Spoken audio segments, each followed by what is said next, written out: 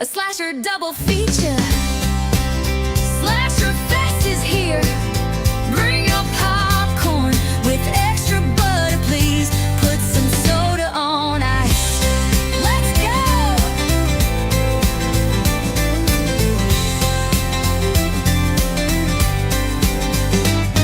The blood will flow, the gore will splatter. Forget your stress, nothing else will matter except the movies and the memories. Come on down to the drive-in tonight. Evil Dead Chick is screening, a slasher double feature. Slasher Fest is here. Bring your popcorn with extra butter, please. Put some soda on ice. Let's go! The blood will flow, the gore will splatter. Forget your stress, nothing else will matter except the movies and the memories.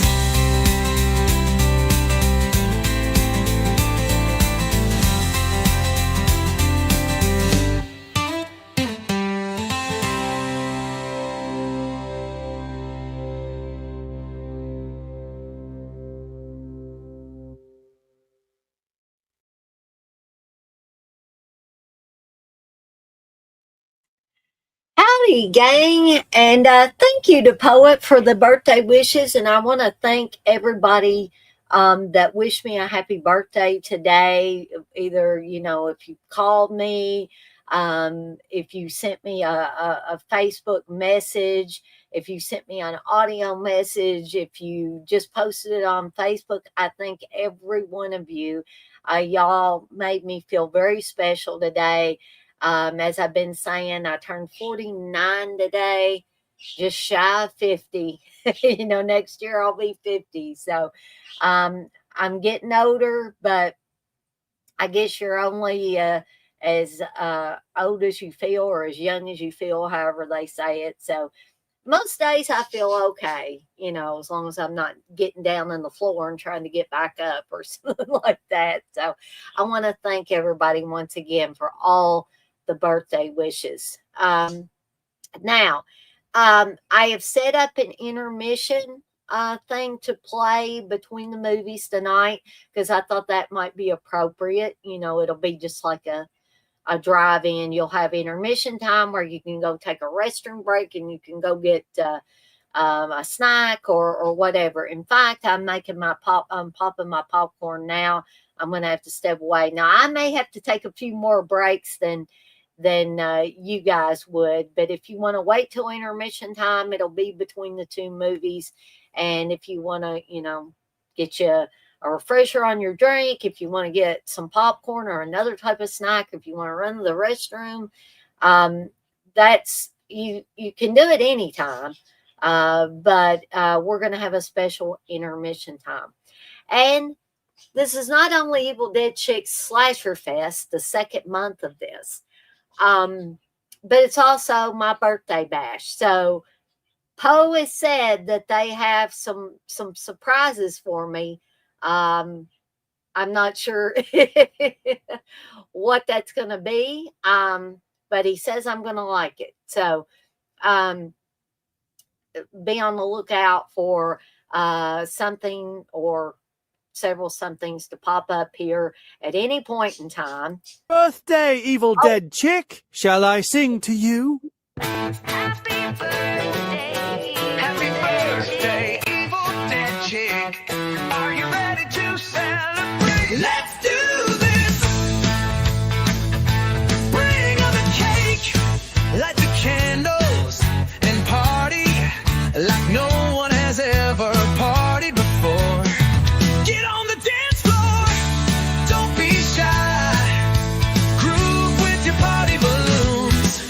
How old are you? 49, that's not old, that's bold.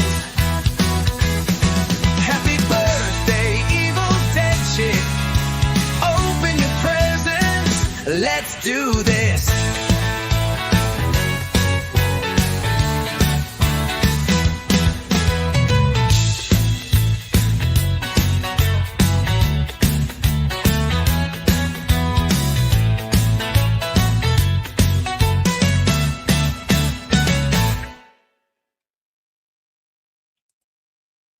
Well, thank you, Poe. That was very, very nice. Evidently, Poe's got his friends together to serenade me for my birthday.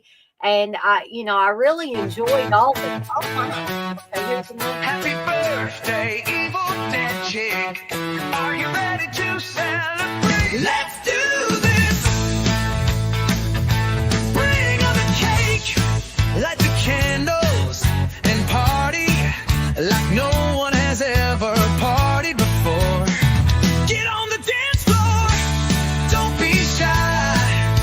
Groove with your party balloons. How old are you? 49, that's not old, that's bold. Happy birthday, Evil Dead Chick.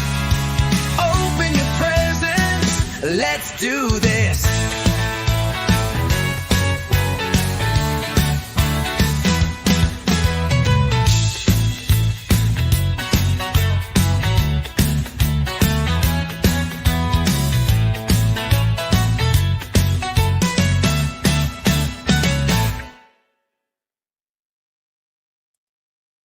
Well, that was very, very nice. Like I was saying, I guess Poe got his friends together and they've serenaded me twice for my 49th birthday, and I really appreciate that. And I had 4 people in here, and I lost 3 of them. So evidently, maybe they didn't like the Poe friend serenade.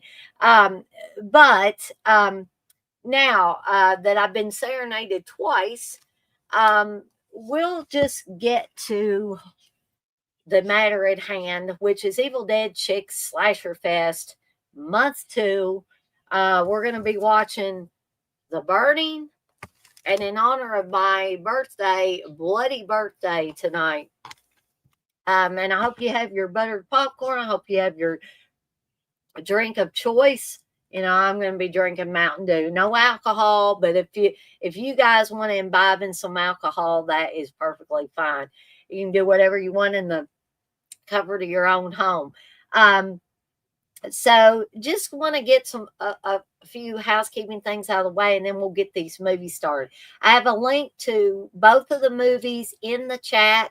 It's also in the description for this stream, in case you want to watch along with me. Both of them are on YouTube right now. So, of course, you can play Movie Roulette tonight if you would like, because this is a live stream. And how do you play? By giving a $5 or more super chat during any of my live streams. You can pick any movie of your choosing for me to watch and do a review over. I'll soon be doing one at the request of Menelect, who gave a $10 super chat. Thank you again for that, sir. And I will be talking about what we do in the shadows.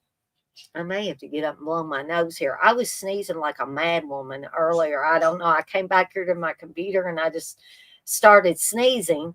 I don't know what was going on, but anyway, no watch-alongs this weekend unless you want to count. Oh, you got to be kidding me. It just started thundering around here.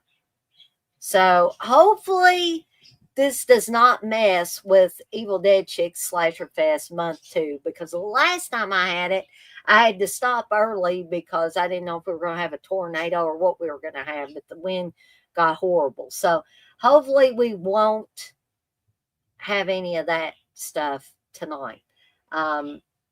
They said anywhere from 4 to 8 o'clock we could have storms, but keep your fingers crossed, folks. I don't want anything to interrupt this one. I'm going to feel like Evil Dead Chick Slasher Fest or cursed or something if it storms every time I do one. But anyway, moving along. So if you give a $5 or more super chat, I don't know if I said what movie it was. Menelect picked What We Do in the Shadows, which I've never seen, but I'm looking forward to seeing it for an upcoming movie roulette. So again, if you want to get in on that, all you got to do is give a $5 or more super chat during any live stream I do, and you get to pick a movie. It can be any genre. It doesn't have to be horror. It can be comedy, drama, sci-fi, whatever. Horror, sci-fi, whatever you want. Okay. Um, no movie munchies this weekend. So this is basically what you're going to get from me this weekend. But hopefully, if the weather cooperates, we'll be able to have a fun time with this. Okay. Now I know Dead Pit's probably going to do, and I'm not saying this sarcastically. I just know that usually on Friday evenings at some point, Dead Pit does uh Dead Pit Lives, or not Dead Pit Lives, Friday Night Lives, sorry. Hey, Gory Tiger, my brain is just scrambled, but Friday Night Lives, that's usually a traditional thing on Dead Pit. So it will not hurt my feelings at all if you guys have to, some of you guys have to cut out of here and go over to that. I totally get that. I mean, at times we're all going to have things that coincide with the other. And you got to, pick your pick your battles. Hey Heather, it's good to see you in here. Um, and I don't think Heather will mind, but she had been talking to me behind the scenes and said that she had been subscribed to my channel for a couple of years, but was always nervous about, getting in the chat and saying something. So I said, no, don't, anytime you feel comfortable, jump on in there and say hey. So I'm glad to see Heather in here. She may have been watching in the past, but just not, chatting in the chat, and that's fine. Nothing says that you've got to jump in the chat and chat away. You can just watch. I don't think of that as lurking, really. I just think that some people like to chat. Some people prefer to just sit there and watch the movie, listen to me blab or whatever. So, so again, we're going to be watching The Burning and Bloody Birthday. Oh, well, thank you, Heather. I mean, I haven't been told I'm sweet in a minute, so that makes me feel better. I'm glad you're happy to be here. Well, I'm happy to have you here, as well as everybody else that's in here tonight. Gory Tiger and the Poet and anybody else that may be watching, but it's not necessarily chatting. But again, I do have links to both The Burning and Bloody Birthday, the two movies we're going to be watching tonight. Now, I just like to preface this by saying I would love to be able to stream these movies live. However, YouTube won't allow me to do that. They're going to ding me if I do that. You get too many dings and you're gone. So I don't want to risk that. I've worked too hard to get my channel the way it is. So hopefully you guys and gals don't mind watching these movies on your own as I watch them here, and we'll all have a good time watching them. Now, these are slightly different from my watch-alongs, where a lot of times I will make fun of the movies. Sometimes the movies are so bad that I just make fun of them. Sometimes they're not bad movies, and I'll just kind of give little tidbits of information. But the Evil Dead Chick Slasher Fest is supposed to be more loose and free form.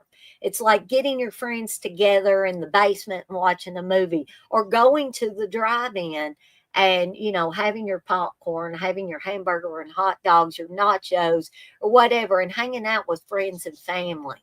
That's what this is. People can, shout out in the chat and talk about different things. You don't necessarily have to be talking about the movie. You can talk about what you had for dinner today, or what you had for lunch today, or how did work go? Did work go crappy, or whatever? We'll just get it all out and enjoy the movie at hand as a group. And that's what Evil Dead Chick Slasher Fest is all about, folks. It's about gathering together and enjoying a movie, slasher movie in particular, and just kind of letting it all hang out for a Friday evening. And these only take place the first Friday of the month. So I'm not doing them a bunch of times, and they don't get old and stale and all that. All right. So I'm going to go ahead and get mine queued up, and then I'm going to let you guys and gals know where I'm queued up to. So if you're not, I'm using my Blu-ray and 4K copies of these. This one, of course, is only a Blu-ray. This one's got a 4K in it. I don't have the ability to watch 4Ks back here in the computer room, so I'm watching the Blu-ray that came with it. So let me go ahead and get this my Blu-ray player back here loading, or my Blu-ray drive rather, loading back here, so that we can get this party started here sooner rather than later. And I'm probably going to step away for a second once I get this queued up and get my popcorn, which has been popping in the microwave, and put it in my little popcorn tub. Come on, dude.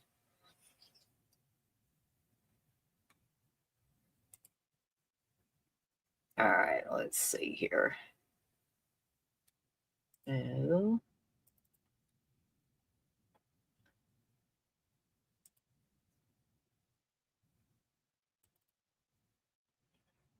Okay. I'm going to get it past this, because I think that if you're using the YouTube link, it starts further in than the MGM logo.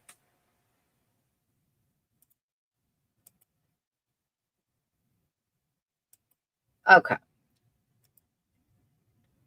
So I had mine queued up on my player 31 seconds in. It is outside of the cabin and it says Camp Blackfoot. So I'm going to give everybody a minute or two that's going to be watching along with this. And I'm going to go get my popcorn and my buttered popcorn and all that. And I will be back in just a second, folks. Y'all get comfy.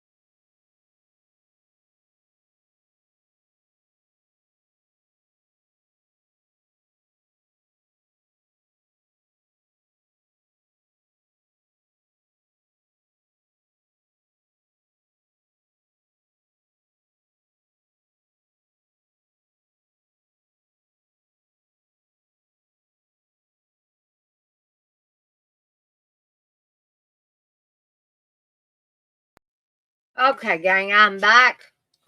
I got my popcorn, and I am using the AMC theater popcorn. I highly recommend it if you have that in your neck of the woods. It's the third best behind the actual movie popcorn or popcorn in a popper with Flavacol and all that good stuff. This is the third best thing to actually have in movie popcorn. Okay, so it's really good. But hopefully, while I was away, those of you that are going to be watching along got your respective coffees queued up. We're watching The Burning first, folks. Once again, if you come in here later and need a timestamp, I'll be happy to give you one. And so we're getting ready to do the countdown, and we're ready to get this movie started because it is 7:21, and each one of these movies is probably about an hour and a half. So it's going to be kind of late when we get done. And I know that I'm also competing with Joe Bob tonight because I know Joe Bob comes on at 9. So I'm going to have to miss it tonight, but I will probably watch it on the replay.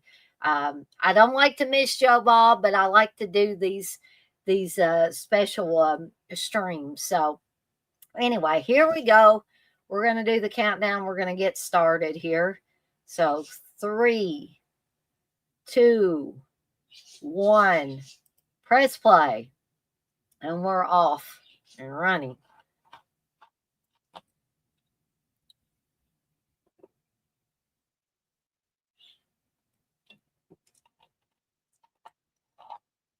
So me and the creepy Kentuckian, or good old CK from Dead Pit, have had this ongoing thing back and forth about which is a better slasher film. He likes Madman. I like The Burning. I mean, I like Madman and The Burning, but I prefer The Burning. I think The Burning is a better slasher film. CK says the only thing The Burning's got is the raft scene. That's the only thing it's got going for it. But I think it has better characters. I think it's, Madman is entertaining in a crazy, hokey way. And I like it and I like to watch it. But if you ask me which I thought was the better slasher film, The Burning for me beats Madman hands down. But everybody has their own way of looking at things.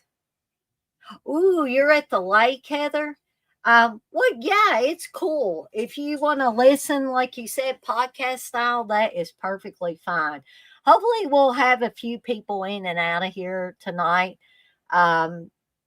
These things seem to be popular, at least on the replay, because I did notice that there were, over 100 people that watched the last Evil Dead Chick Slasher Fest, where I showed Friday the 13th and Sleepaway Camp, but unfortunately I had to cut off Sleepaway Camp early because of the storms.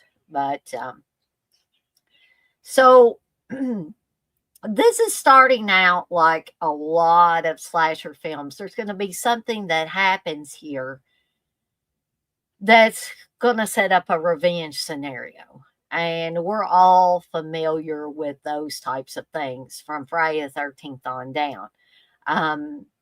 Friday the 13th probably started it all with the camp scenario, in that Jason Voorhees, the counselors weren't paying any attention and he drowned, and his mother got revenge in the first film on some new camp counselors at Camp Crystal Lake.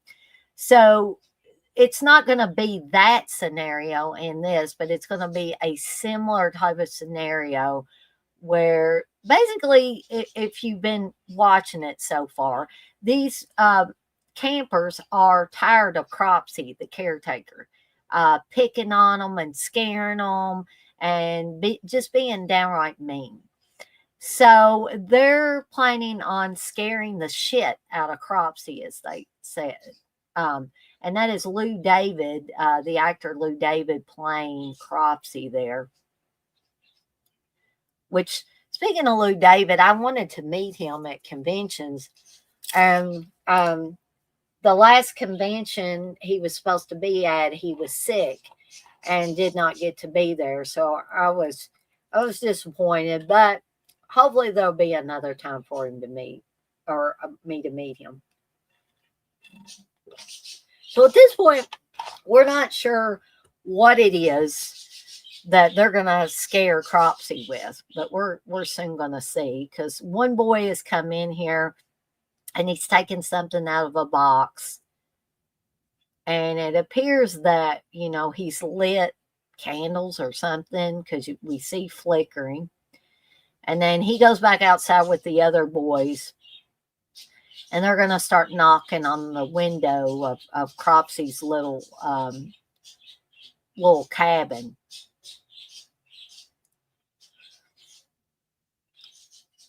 And Cropsy's also a drunk too, so which makes him not a very favorable character. So they're trying to wake up Cropsy, and they have put a skull with worms, and they lit candles in it, and oh no, Cropsy turns it over on himself, and he's on fire. This was something that the boys did not intend, of course. And oh no, there's gas. And so his whole body just goes up in flames. And just a little trivia for you, the shot of just the legs on fire was actually special makeup effects man and stunt man Tom Savini, because Tom Savini did the effects on this. He turned down, I believe, Friday the 13th Part 2 to do this. Which, as many of you know, he did Friday the 13th, the special effects for both it and Friday the 13th, the final chapter, which didn't turn out to be the final chapter at all. So now we're 1 week later at St. Catherine's Hospital, and we can pretty well imagine that Cropsy is there being treated for his burns.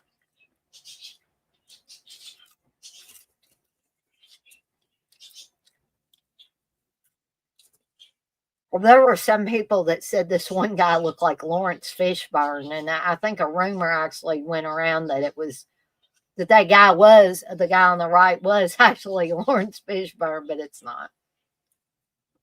So he's telling I guess an intern doctor about Cropsy, and he said, this guy's a fucking Big Mac overdone.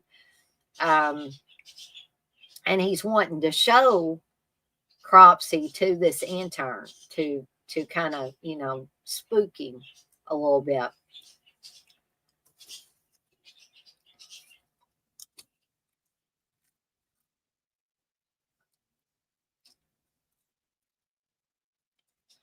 So he's telling me, you want to be a doctor? You got to see this.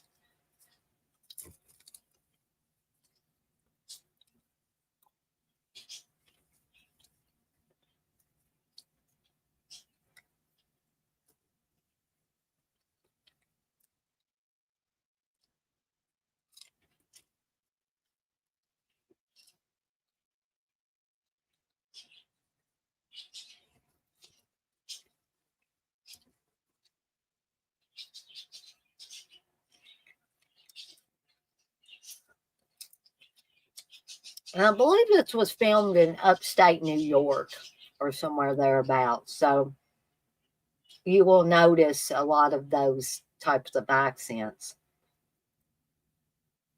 Oh. And that was not actually the actor Lou David, the burned arm that comes out and grabs the guy. That was actually a young guy. I've seen pictures of the makeup on him.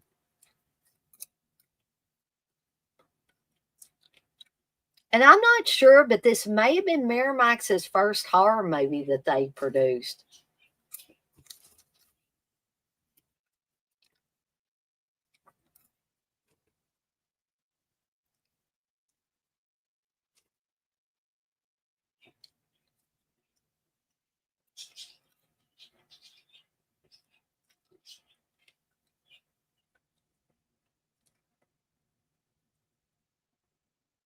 And Jack Schroeder did the editing, who did Nightmare on Elm Street 2.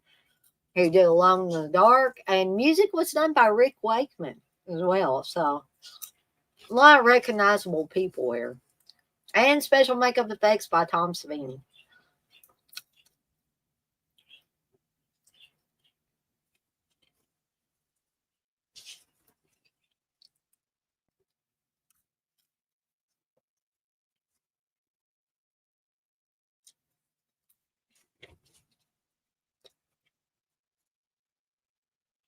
And directed by Mr. Tony Malum. And I think Tony Malum is British, if I'm thinking correctly. So now we're to 5 years later. And we're outside the hospital once again. So we're hearing the doctor apparently talking to Cropsey and saying, you know, I'm sorry, the skin grafts just didn't take. There's nothing more that we can do for 6 months. And we know you resent those kids, but you gotta forget your hatred and all this stuff. And we know, because this is a slasher film, that he ain't gonna forget his hatred. He's gonna think about revenge, right? And that he'll adjust with time. We're thinking, no, he won't.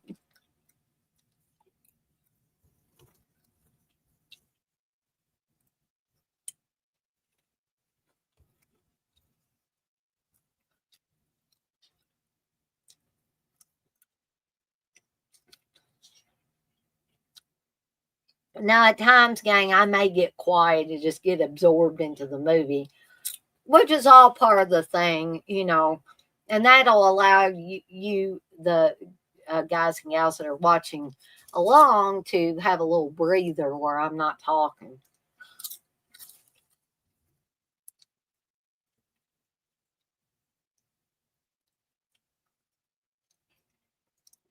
So it seems that Cropsey has got him a hooker.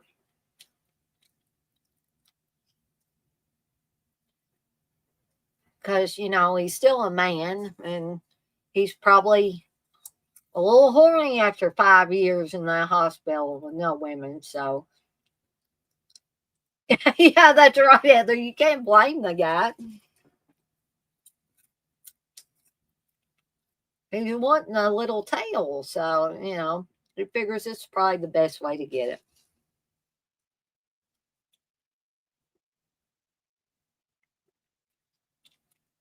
So he wants to turn off the light naturally.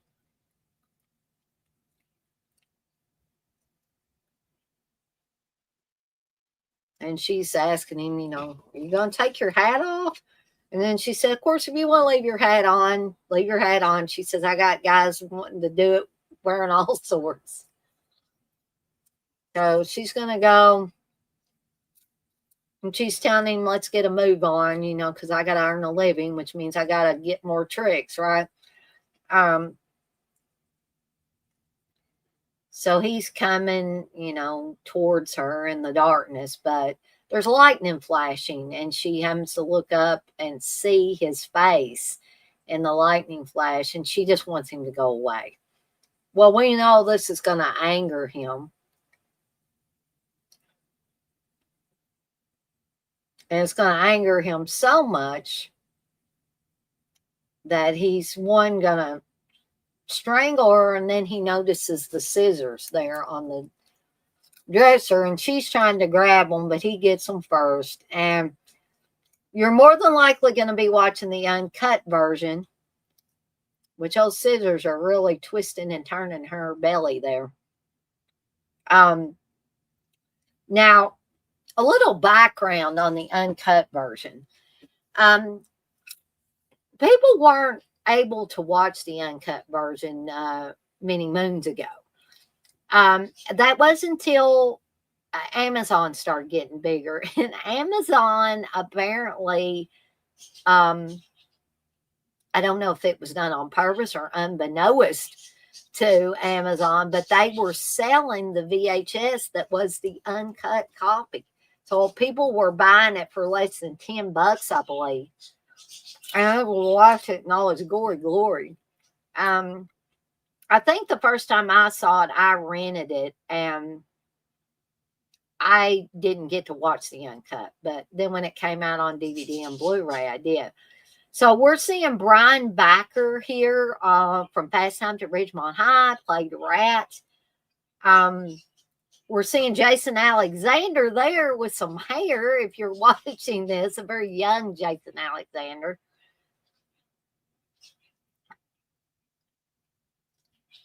And you're also going to see Fisher Stevens from the oh my gosh, Short Circuit movies. He plays Woodstock on this film.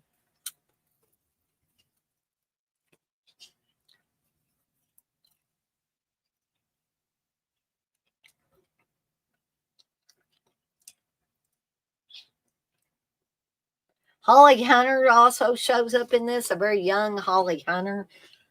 Well, you're going to see a lot of actors and actresses that became, a big deal later on or more well known.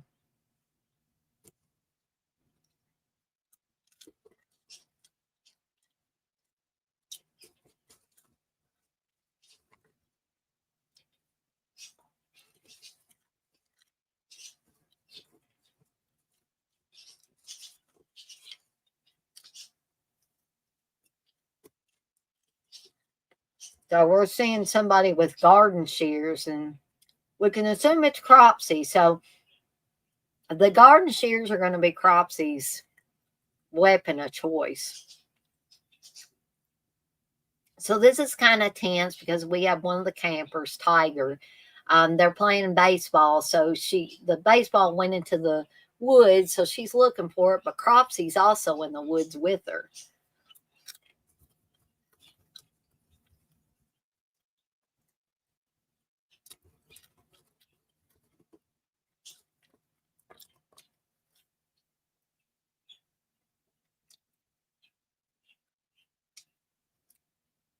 And you almost think she's going to get it, but she survives and found the baseball.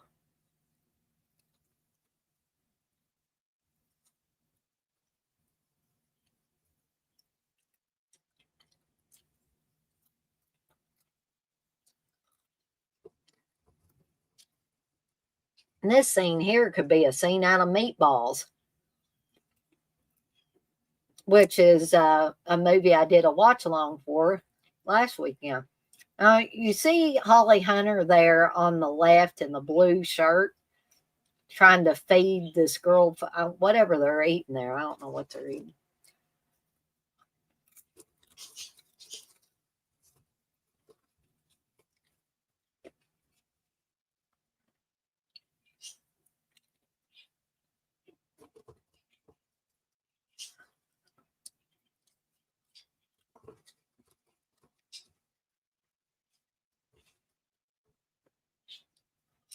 And if you were watching Meatballs along with me for the watch along last weekend, I even said there were, even though it was comedic, there were similar things in Meatballs to The Burning.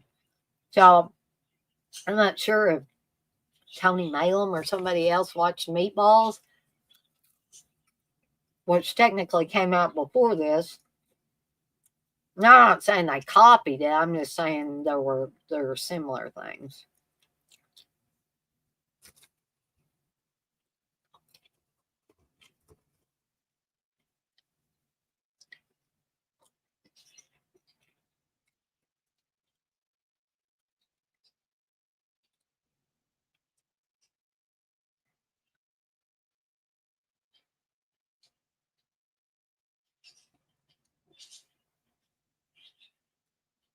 And I may be pronouncing her name wrong, but the blonde here is Caitlin Glenn, or she was also in another horror movie called Girls Night Out that I also like really well.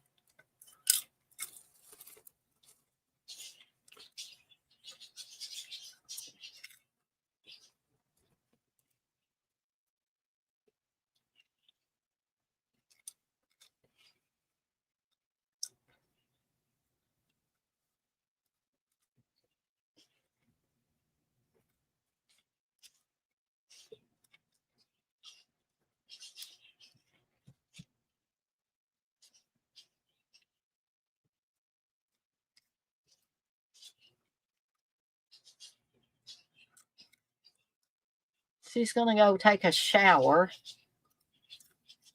And if you've seen any number of these slasher films, you know that sometimes bad things happen in the shower, sometimes they don't. But there is a goof here for those of you that are watching along, or those of you that might watch it later. As in a lot of movies, especially these low budget horror films, where the amount of shampoo in her hair there is going to change. Sometimes it's going to look, in some shots, it looks like there's not a lot. And then in some shots, she'll have a big glob of shampoo in her hair. Like it looks like she's mostly rinsed it out there. Of course, you guys may be looking at her boobies there rather than, her hair. Said boobies. Yes, I did, Poe. Can you say boobies on YouTube? I believe you can, Poe. And that's my friend Poe, and he shows up from time to time on these streams. Hopefully I'm not breaking up because my wireless, or not my wireless, but my signal strength is popping up there. So there might be a lot of people doing streams tonight on through StreamYard. Hopefully that'll go away, because I know when it's up there, it makes me crackle and carry on. So I don't know what's exactly going on. I'm going to check my internet connection here.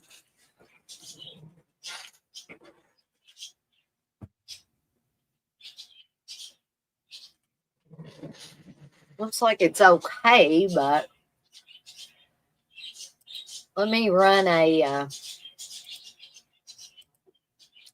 going to run a speed test on my end. Y'all don't mind me.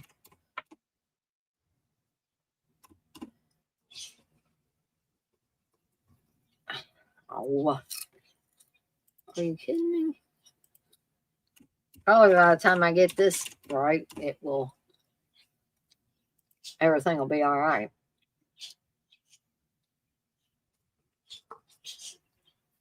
Well, so maybe it's just StreamYard. Oh, thank you, Heather. I may, it may be kind of choppier for a while. I don't know. It's showing up signal strength, but my speed test is fine. Hey, Menelect.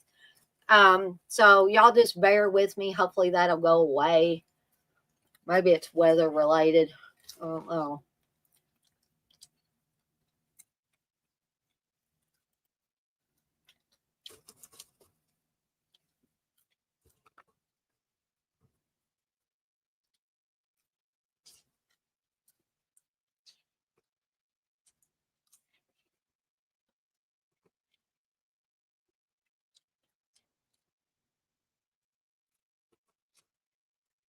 Sally got scared in the shower by Alfred, who was trying to get a little peek at her.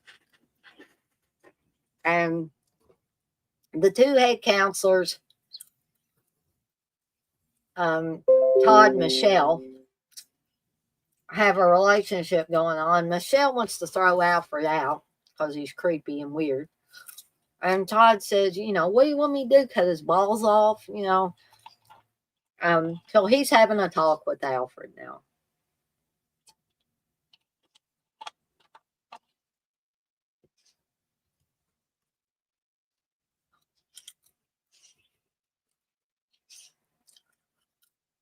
So if y'all do notice me, going in and out or buffering a lot or something like that, let me know and I will, because that thing's still up on my screen. Usually it goes away by now. I will take myself out of the stream and come back in.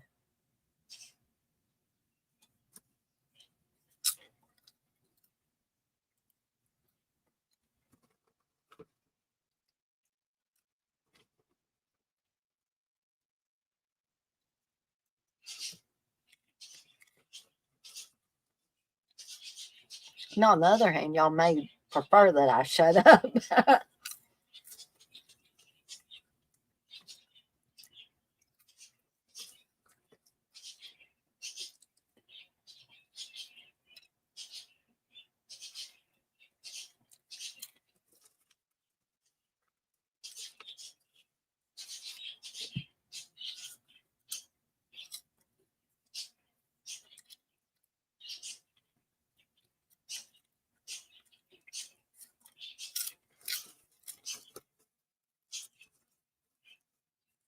Who knows? It could be related. We had a power outage earlier today, and power was out for about 3 hours, and sometimes that affects the internet.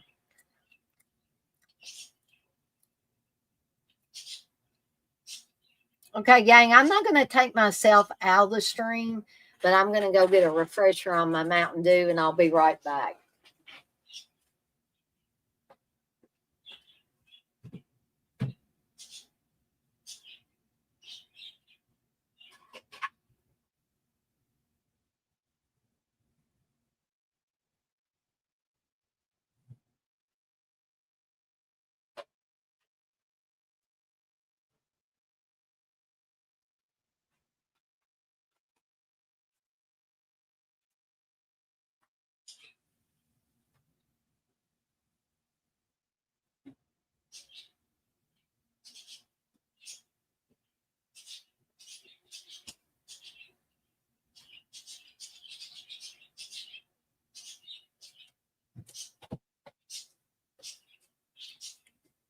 Well, actually, I'm not getting Mountain Dew because I forgot to put another one in there to get cold.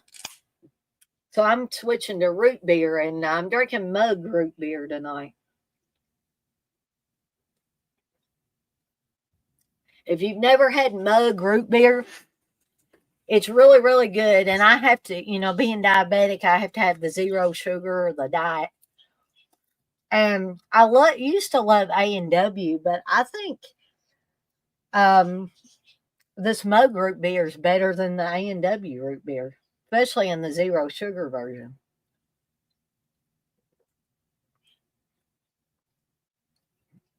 So we're seeing Jason Alexander, Brian Baker, and between them, or seeing Fisher Stevens. Oh, well, thank you again for the super chat, man. Let me write down this movie. I don't even think I've heard of this movie that you put up there. So I'm really intrigued by that. So it's Missing from 2013. Thank you again, sir. And I'll get those watched here before long, and I'll be doing a new edition of Movie Roulette. Oh, 2023? Okay. Let me make sure I change that. All right, 2023. There we go. That all taken care of.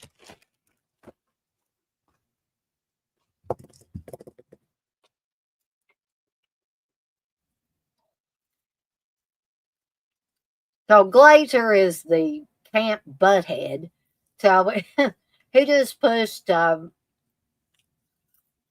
into the water, and his buddies went in after him. Well, of course, they're going to want to get revenge on Glazer.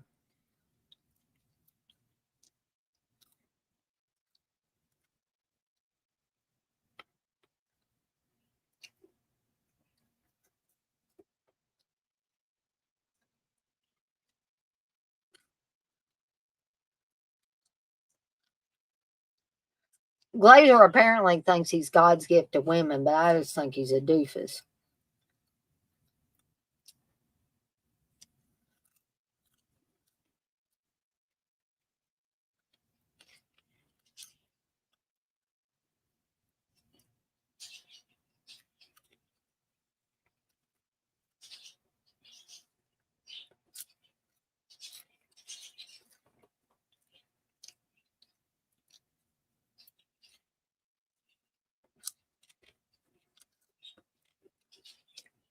So I guess they're going to shoot him with a BB gun in the ass.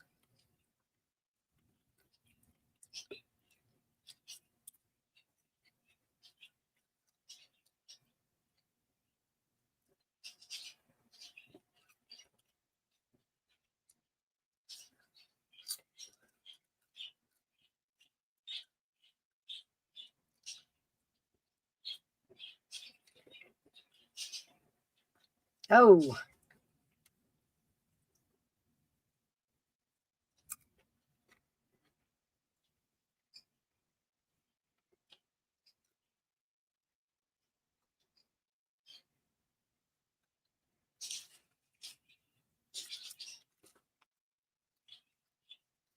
And then they show their ass. Which apparently Fisher Stevens looks like he has a hairy ass there.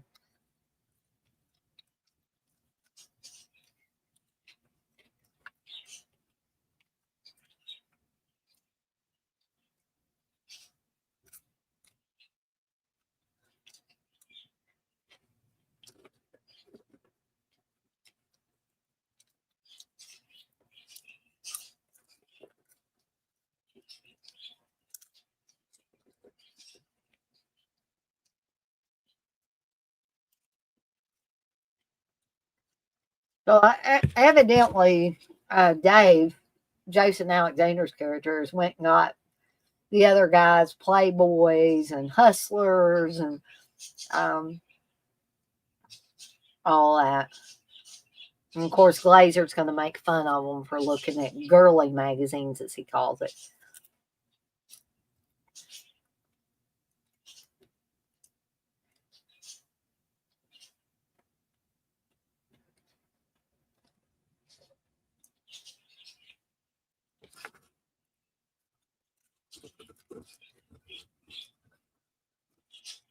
Yeah, he calls them a bunch of wimps.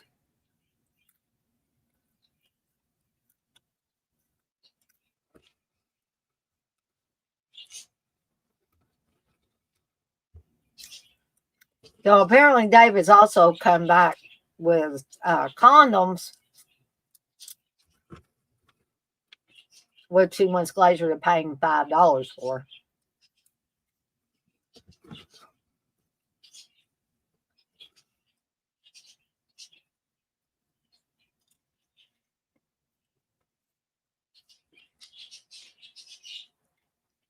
And Glazer says he's not paying for them because they're not lubricated like he wanted them to be. And in case I needed to remind anybody, you might not want to have your kids in here if you have kids or grandkids or young nieces and nephews and stuff like that, because oops, had a crumb of, sorry about that. This is, not adult content as in X-rated content, but certain words are used and certain things are talked about in here, and it might not be appropriate for kids. That's why I don't set any of my streams or videos for kids. Just to be on the safe side. That's something else YouTube will get you for.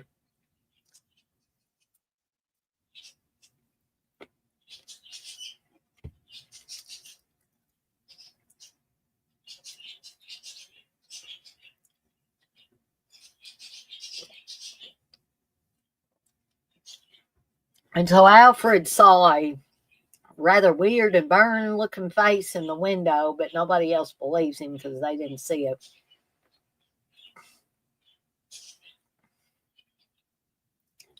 So apparently this signal strength thing is going to stay on there. So hopefully I'm not cracking and popping and going in and out.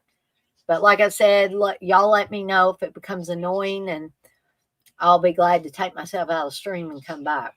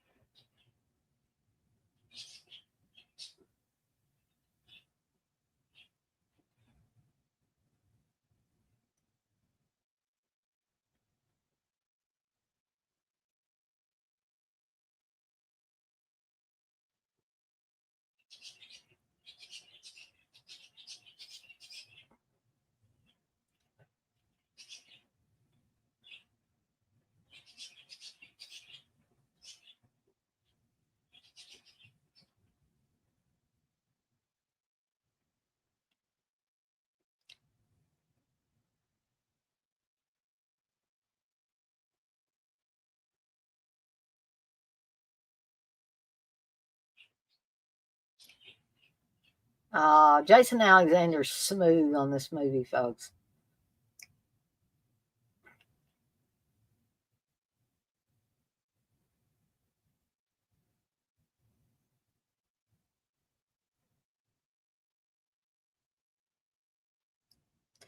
Woodstock's going to go back to the cabin to get his vitamin E.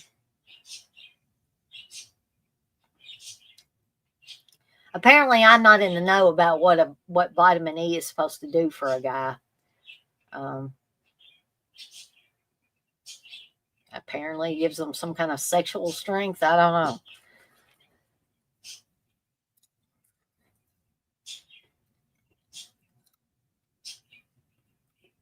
So they're getting ready to go on an overnight. And that was one of the things, too, that I thought was similar to Meatballs. In that Meatballs, they go on an overnight as well. And they tell a scary story. Bill Murray does.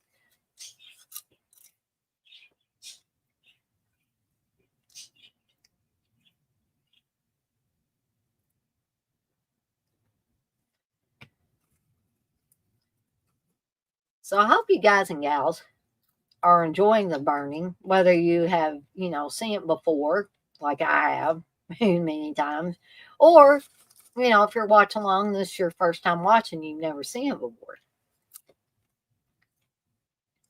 That's also another reason I do these types of things, to introduce people to,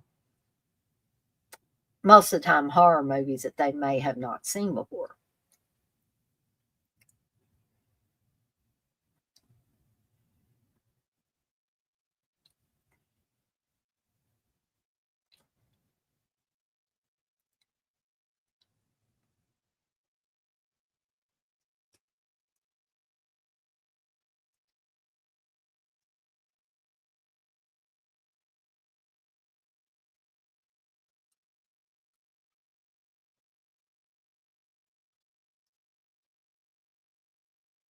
Woodstock found his vitamin E.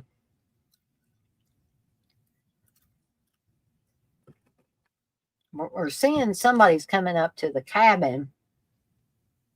So we're not sure if maybe they could be Cropsey, maybe not. But Woodstock's apparently sort of creeped out.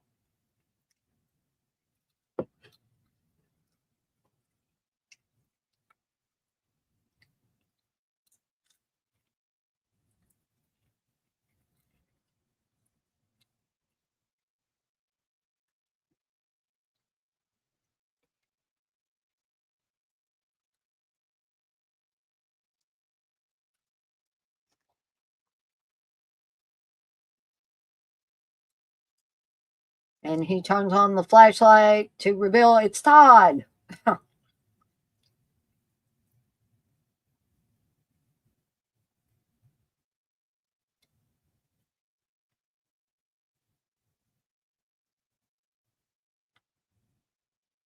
So a couple of guys said that, Woodstock was really sick.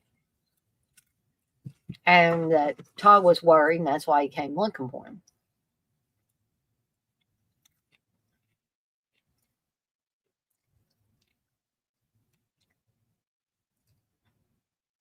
And Todd's not happy. Tells Glazer, one more stunt like that and you're on your way home. And he tells Fish that too.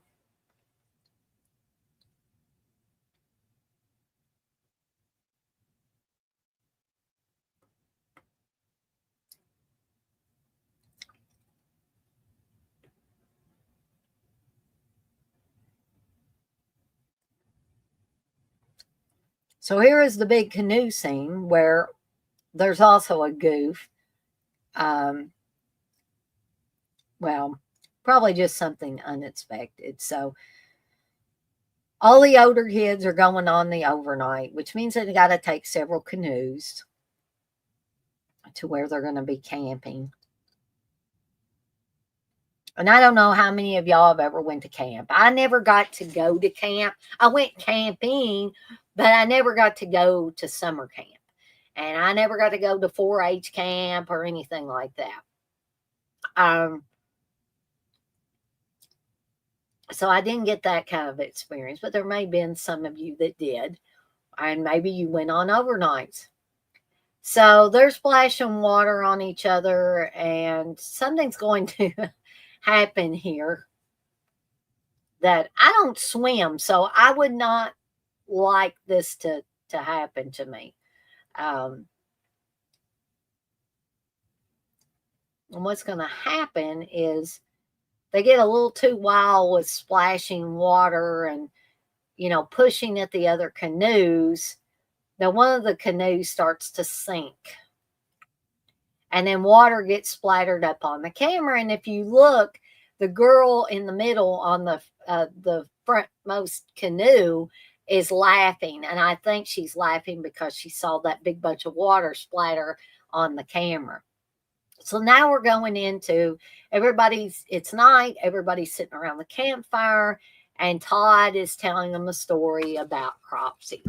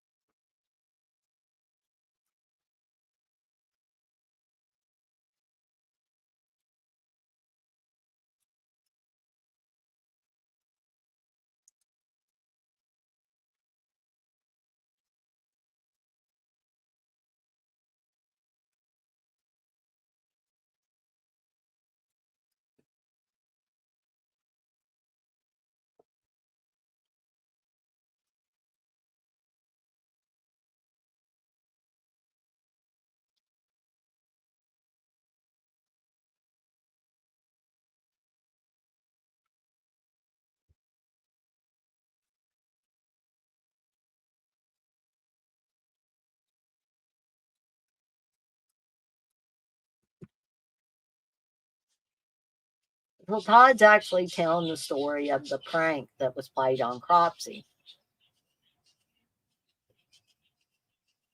and how it went very, very wrong.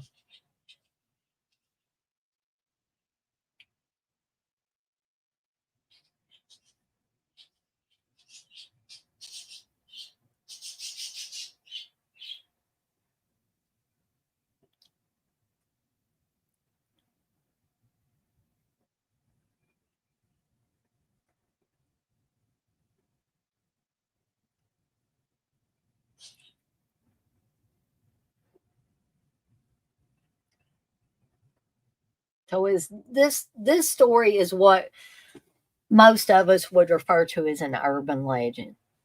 And we've all heard urban legends, and we know the style of them. Hey, Victor. Victor says, happy birthday, Dana. Just tuned in. Today is my youngest daughter's birthday, too. Well, happy birthday to her, too, Victor. The Burning is one of my favorite slashers. More daylight scenes than most slashers kind of sets it apart. Yes, it most certainly does. I'm glad you brought up that point, Victor. Yes, Heather, today is my 49th birthday. I'm 49 years young today.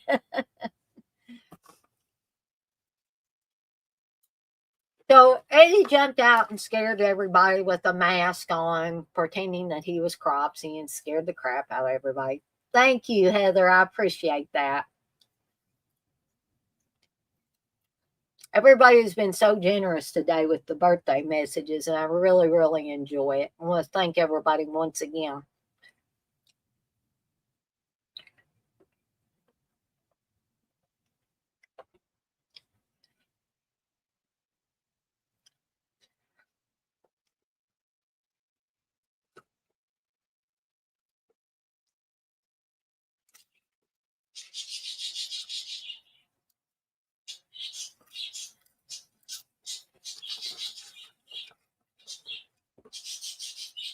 So Eddie's finally got Karen out alone, and he's coming on to her, but Karen's not so, she likes Eddie, but she's not so sure she wants to go that far with him. And Eddie's all frustrated and saying, I don't know what's going on with you. First, you act like you really like me. You're looking off here, looking off there. And she says, I don't want to be another statistic. I don't want to be another notch on your bedpost because you always talk about how many women you've had. And he just, like a lot of guys, not all guys, but a lot of them, hey, Karen, knock it off. If two people like each other, if they're into each other, they do it. What's wrong with that?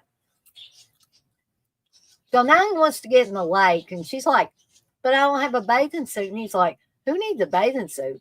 He says, I'm getting in the lake. You feel free to do what you want.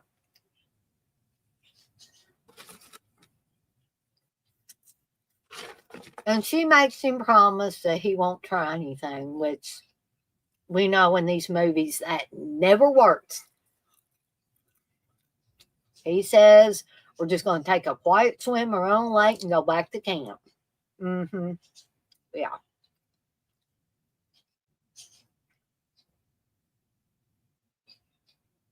I would like to think that today's women are smarter than this.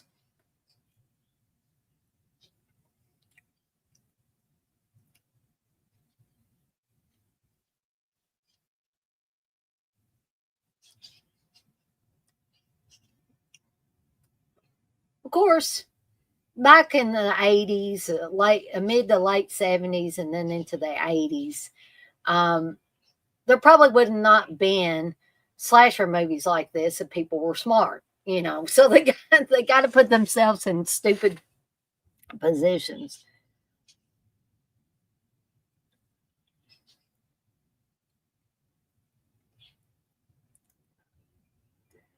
So he's got her out there in the lake, and he thinks, he's going to get some action.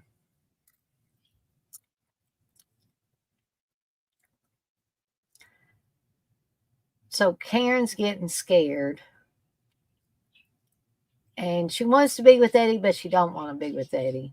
And she finally tells him to cut it out. And he says, well, then why'd you come out here with me, in typical guy fashion? And tries to, start kissing him and stuff. And she says, you promise, she screams at him and leaves. And then in typical stupid guy fashion, get the fuck out of my face is what he tells her.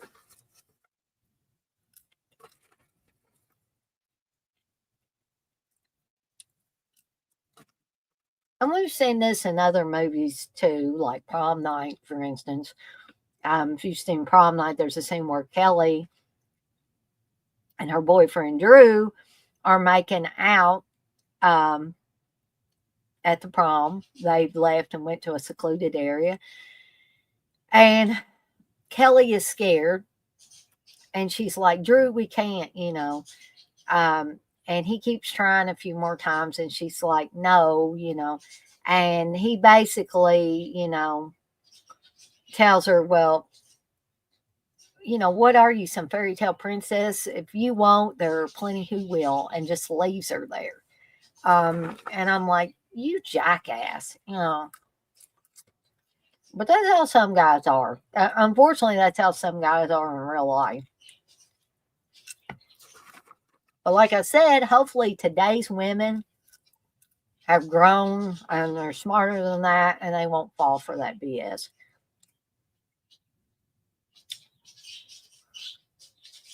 So Karen is now, she thinks somebody has taken her clothes and scattered them all over the woods. Eddie, meanwhile, is still in the lake swimming around.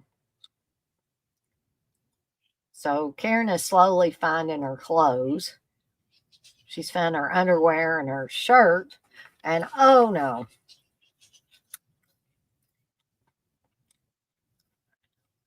Apparently Cropsy was out there and he has just slit her throat. If you are watching the uncut version, this is very bloody. So we got a lot of blood coming out of her throat here.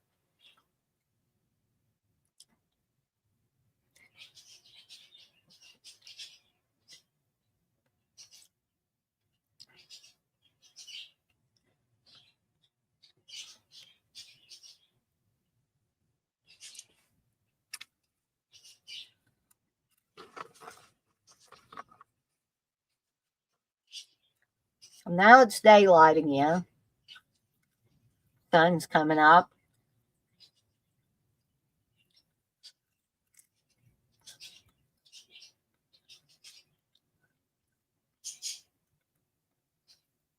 And Todd and Michelle are very rudely, because they have to, waking Eddie up, and they want to know where Karen's at.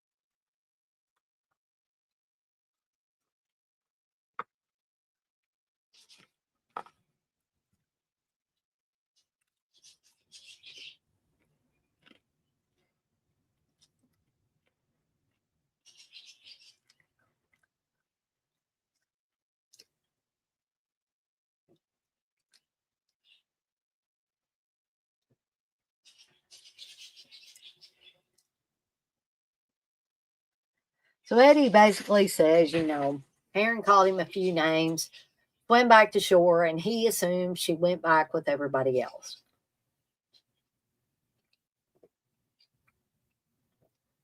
So now, not only is Karen missing, but all her canoes are gone. So how are they going to get back?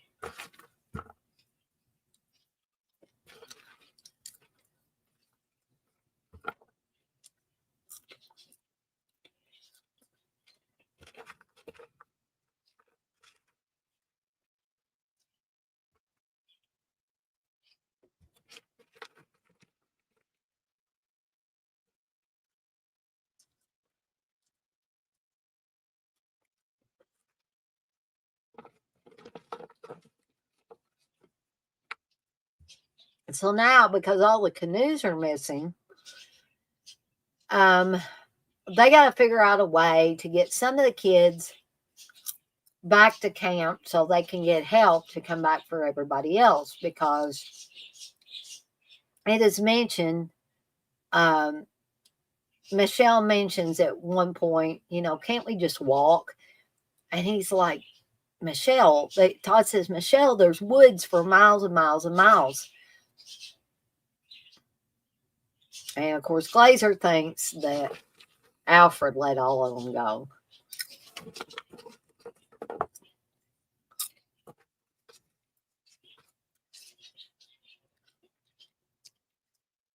Well, they're going to split up and look for the canoes. And they say, well, what happens if we don't find them? And Todd says, well, I don't know. We'll build a raft or something. And that's when Michelle says, can't we just walk back? And he says, look around you. There's woods for miles and miles and miles.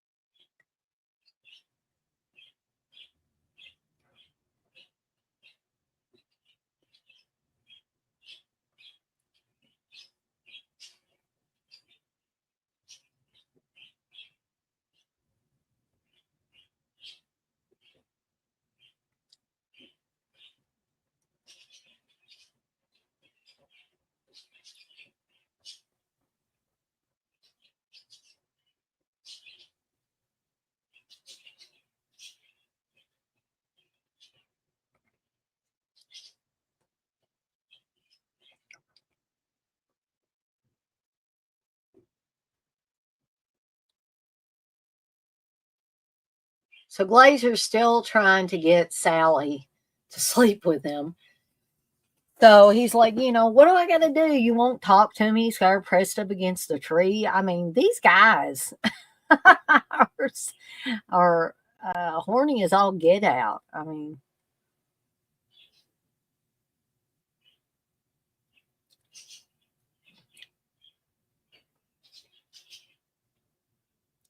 So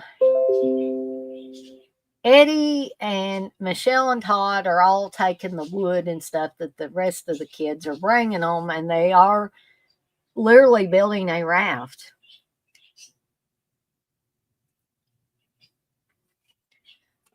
We see that Cropsy must be creeping around in the woods too.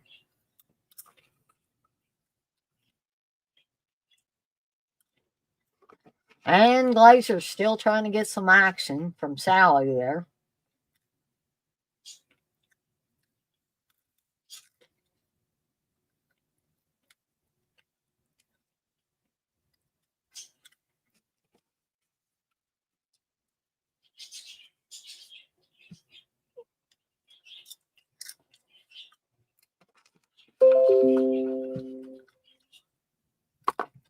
Sorry, gang. People are posting a lot of stuff on the Facebook.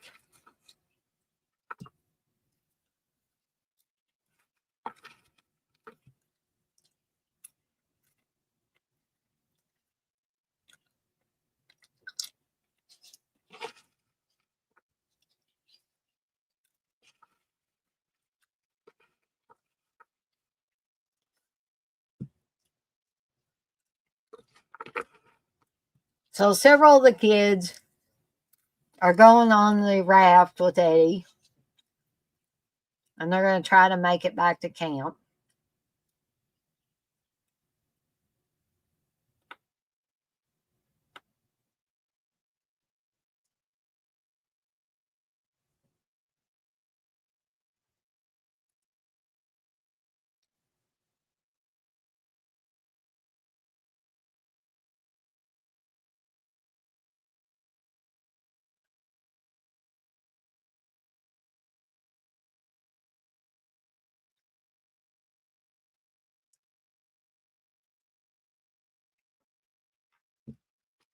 So the kids are looking pretty tired here.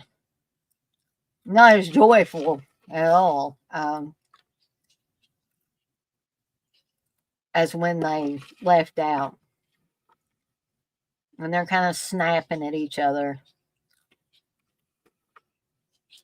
And Eddie tells them to shut up and just keep paddling.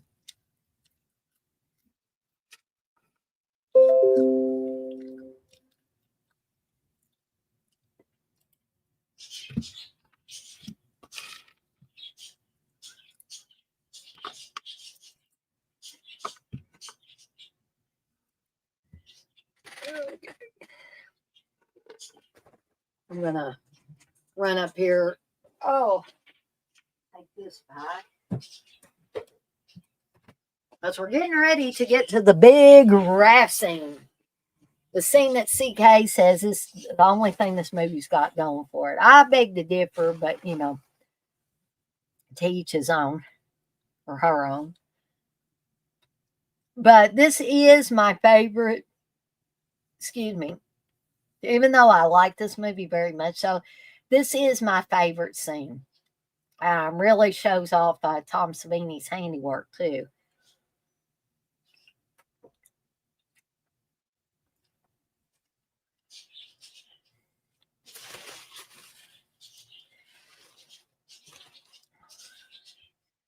So I like the way they kind of, I don't really want to say drag it out, but it's kind of like a Hitchcock shot, which people are probably saying, Dana, this ain't nothing like Hitchcock. But they show the kids on the raft, they show the canoe, they show the kids on the raft, they show the canoe. And, you know, if you've seen enough of these movies, you know something is going to happen here. Now, it looks like the canoe's empty. They're getting ready to go on it. And, oh no. This is definitely the goriest scene in the film because he's attacking these kids with those garden shears. Ooh, Woodstock just got his fingers cut off. And Eddie just got speared in the throat.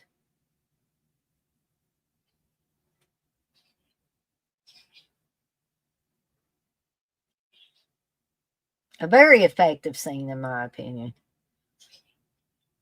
Just let you know what Cropsy is capable of. And then it fades to red and then to a shot of Todd and Michelle in the woods having a kind of quiet moment together. And she says, "Do you think those kids are back?" And he says, "They're probably back right now." And he says, "We better, basically, we better get back to camp. It's going to be dark soon." Or back to where they are forced to camp.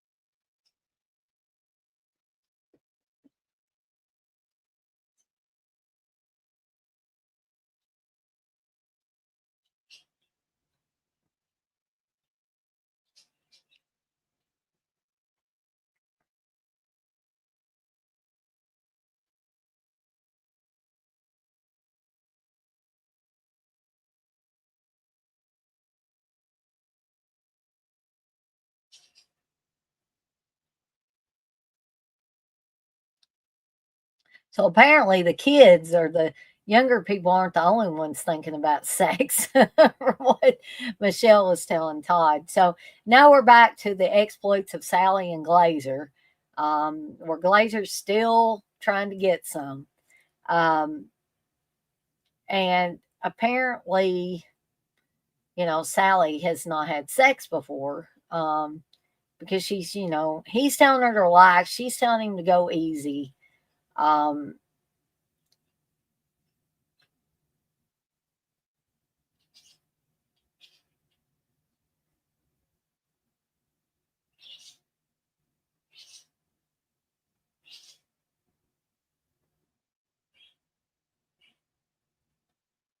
so apparently,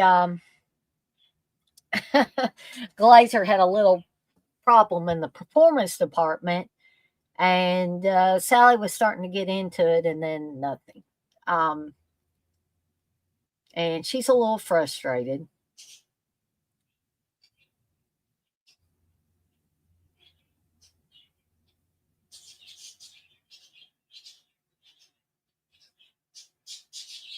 And she's kind of mean, and he's like, "So I guess you want to go back, huh?" And she's like, "Well, maybe we can try again."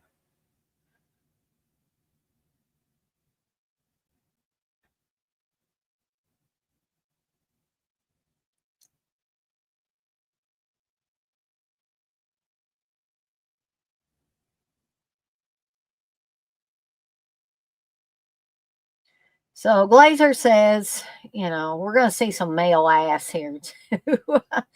He says, he's going to go get some matches back at camp. He's going to come back and they're going to have a hot fire.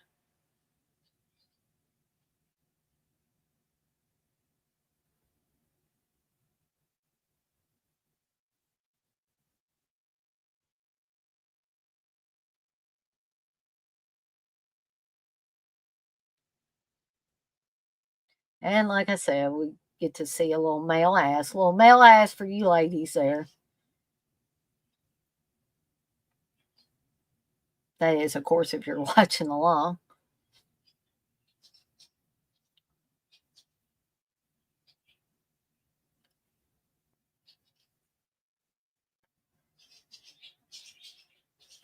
So, unfortunately, though, Glazer left Sally alone. Looks like they may be shooting day for night here because it looks pretty daylight out there in the sky. And so Sally's just kind of relaxing here with her back to the camera. And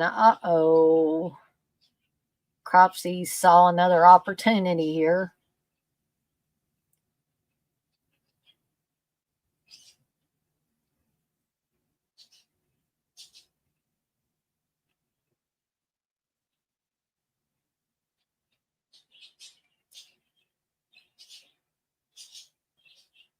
definitely, I think either they were losing the darkness or they were shooting day for night.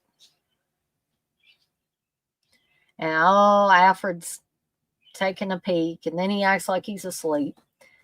But he's watching Glazer because, guys are curious, right? If they ain't getting any, they want to take a gander at somebody that might be getting some. So he's sneaking by behind Glazer, following him back.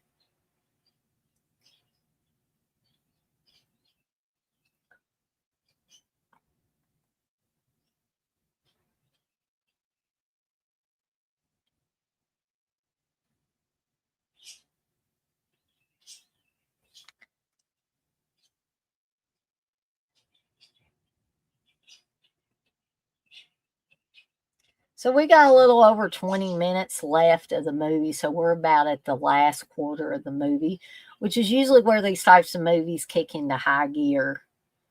So Glazer is back and he's saying, sorry it took so long. And it looks like Sally's just asleep.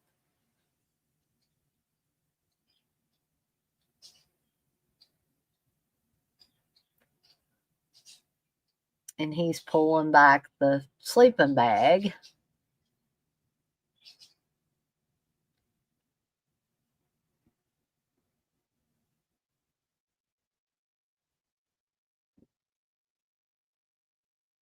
Oh, Cropsey was evidently in there with her. And this is another very bloody scene that Alfred is unfortunately seeing as Cropsey raises Glazer up off the ground with the shears in his throat, blood's running out of his mouth. He basically spears him against a tree and then jerks those shears out, and he slowly slides down the tree and dies. And Alfred is hightailing it out of there and going back to camp, their campsite. And he's waking up Todd. He's like, you got to wake up. You got to wake up.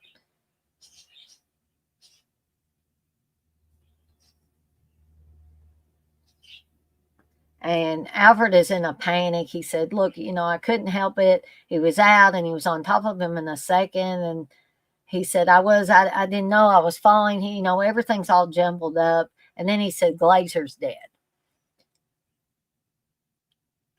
And Todd's like, what are you talking about? So he's saying, the guy I saw at the window, he's the one that killed Glazer. The guy with the burned face.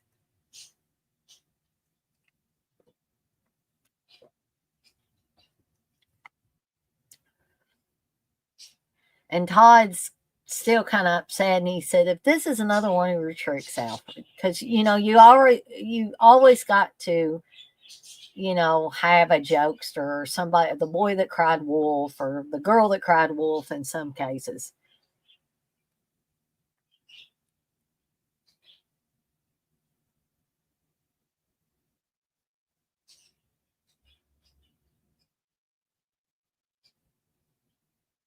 And so now Todd's going to see for himself that, a very bloody, dead Glazer there. Oh no, Cropsey's still there. And he kind of clips Todd in the head, and Todd goes down like a ton of bricks, and Alfred's running away.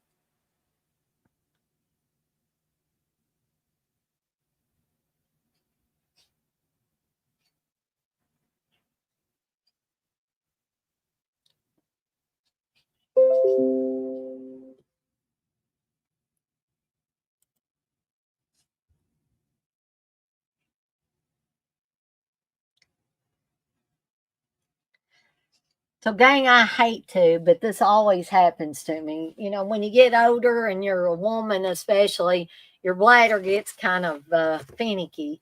So, I'm going to take myself out of the stream. But for those of you that are watching along, and Heather, if you're still here, if you're listening, I'll be back in a minute or two. And y'all just, for those of you that are watching, just keep enjoying the film. And I will be back in a few.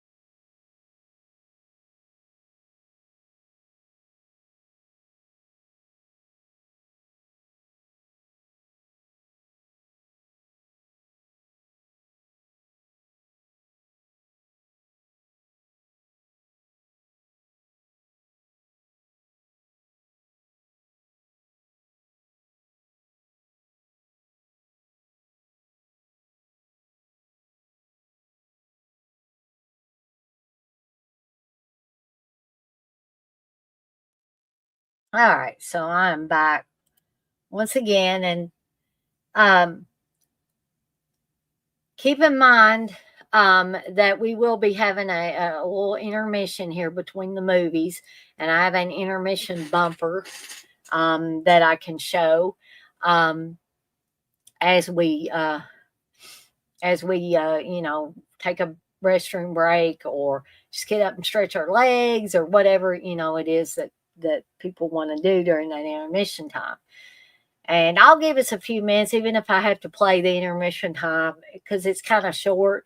If I have to play it over again, we'll give us, about 5 minutes between the this film and Bloody Birthday. Um, so it seems when I stepped away that they unfortunately found the kids that got killed on the raft. And now Todd is going to try to find Alfred, and Michelle and the rest of the kids are very, very upset. But they are trying to make it back to the main camp while Todd is looking for Alfred.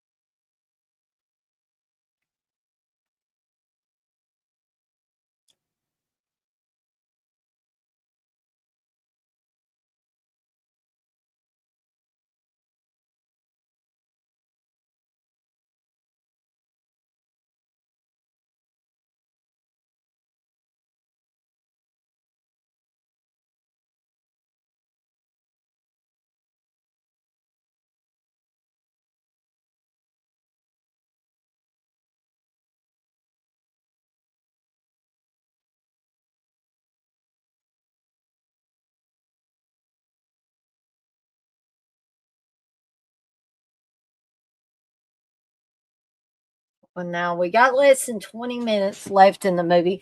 This one's not an overly long one, but it is an hour and an hour and 31 minutes and a handful of seconds.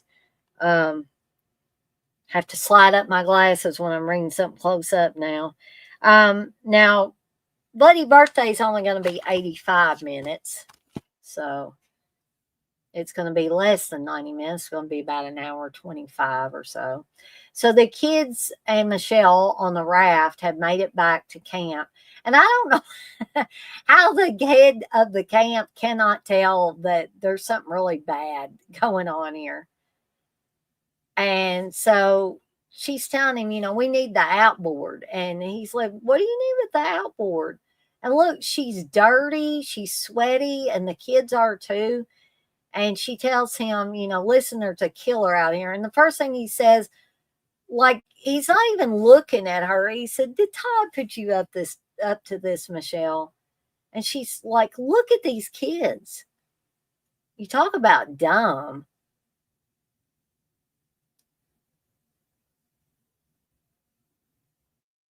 And people could make the excuse that he was looking at the kids from far away, but Michelle was right up there next to him, talking to him.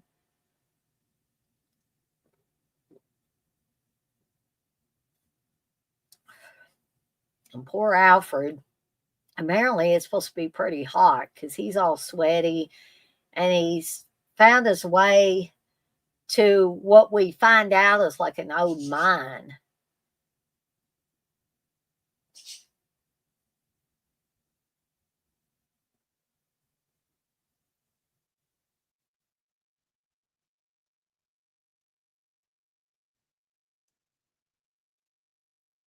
So the police are on their way by helicopter, which there are some scenes that I've never seen. They must have got edited out. I've never seen them in the movie, but I've seen like still shots of them, of Michelle and Todd walking, and the cops are with them. That is something that I've never seen in any version of The Burning that I've seen. If anybody out there has seen a version that has that in there, please share. I would love to, if you know where I can watch a copy of it with those scenes in it. And perhaps those scenes were never put in. Maybe those are just stills of shots that maybe they filmed and the film got destroyed or lost or whatever.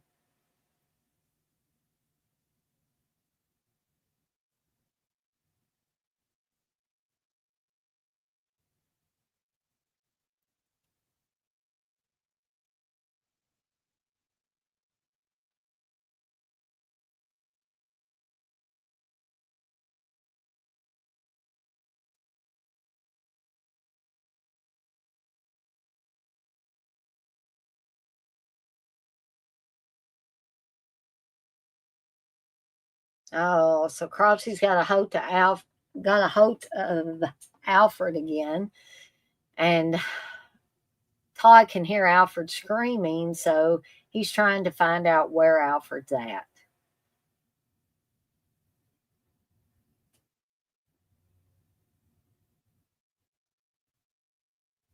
So apparently, Cropsy's going to save Alfred for later, because he's got a gag in his mouth, and he's just basically putting him there for safekeeping inside that mine.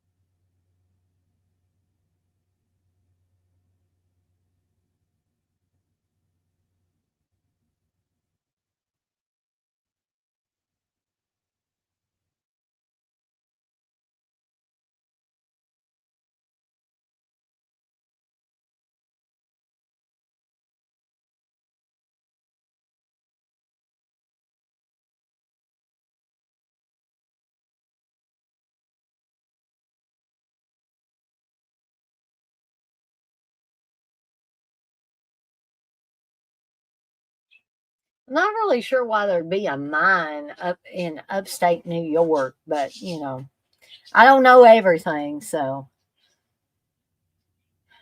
And you're going to see something kind of funky here at one point where supposedly Todd is finding Karen's body in the mine shaft, but you can clearly tell it's just a still photo of when she got killed. And it's just sort of ridiculous a little bit. So I point out the flaws in a movie. And perhaps, they filmed this way after the actress that played Karen went home, and they didn't have her to use.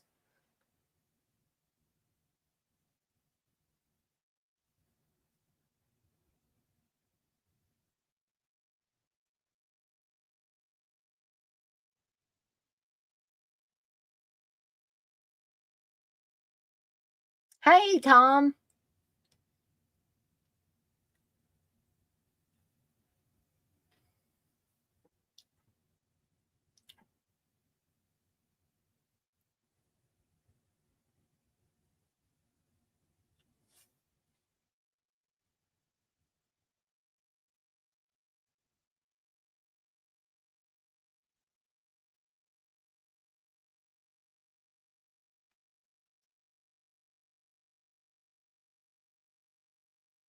I'll try to point out when we just have that um, still shot of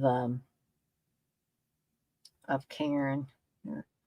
Tom, you said you recently joined a watch along of The Burning. That's cool. This is a good little slasher film, in my opinion.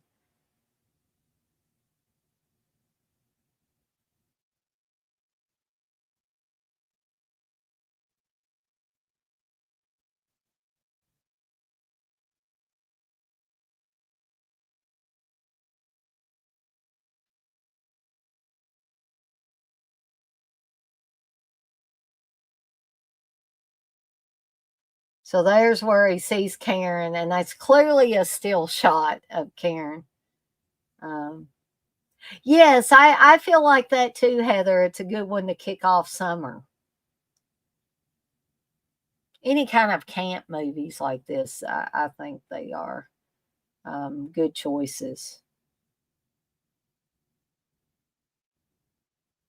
So I will, for those of you that are in here, you're going to hear it first that next month's, speaking of camp movies, the two movies for the 1st of July will be Sleepaway Camp 2 and Sleepaway Camp 3. I've already picked those.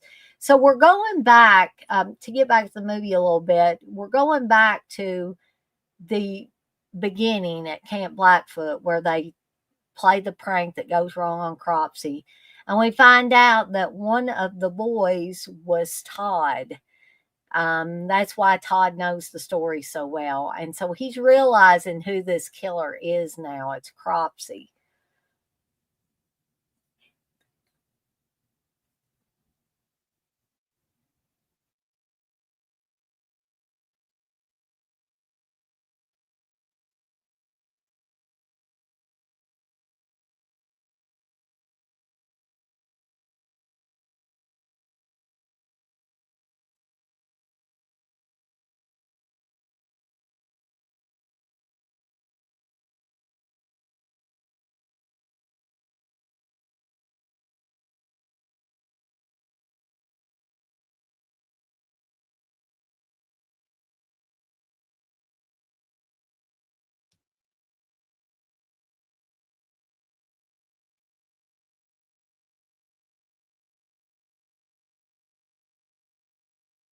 So he's hearing, some muffled yelling coming from Alfred. Of course, we know from watching this that Alfred's got a gag in his mouth. And so he can't really, yell that much.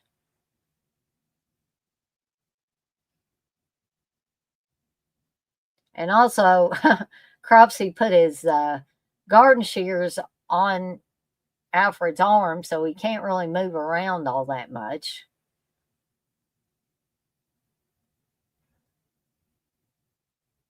Oh, well, thank you, Heather, for hanging out with us for a little bit. And feel free to watch this on the replay.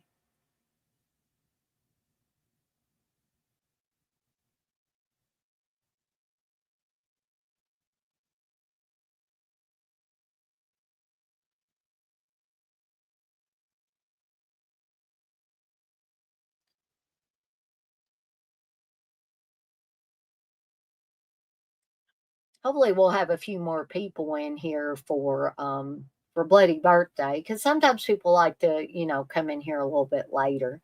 So Todd has got an axe that he's, you're getting a real good shot of Cropsey's makeup there, done by Mr. Tom Savini. And Cropsey is trying to burn Todd up here with looks like a blowtorch. Oh, well, thank you, Tom. You say another fun thumbnail. They have a unique feel to them. Well, I try to make them unique. I try to do things that maybe other people aren't doing with their thumbnails.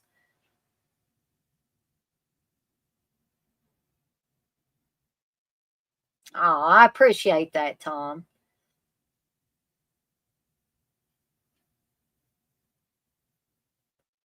So Alfred just stabbed Cropsey with the garden shears. So we're going to see, is Cropsey really dead, or is he going to, is he going to try again to get him? We'll see here. We got a few more minutes left in this. So we're seeing the police helicopter over the campground, the campsite where they were at. And you can see Michelle waving them down.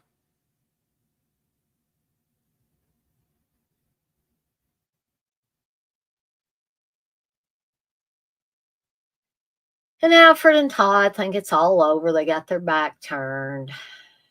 And they're walking away.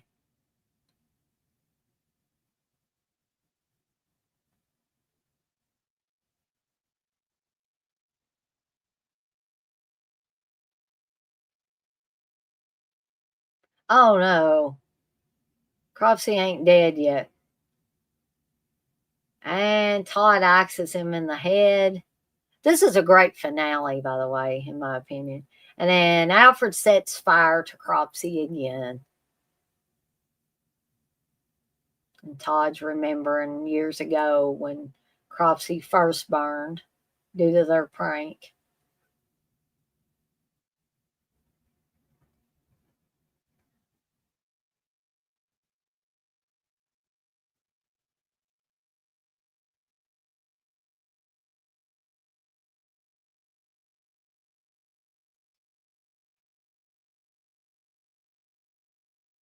So I don't think, and of course they didn't make a burning too, so I don't think Cropsey's going to come back from this burn because it looks pretty bad.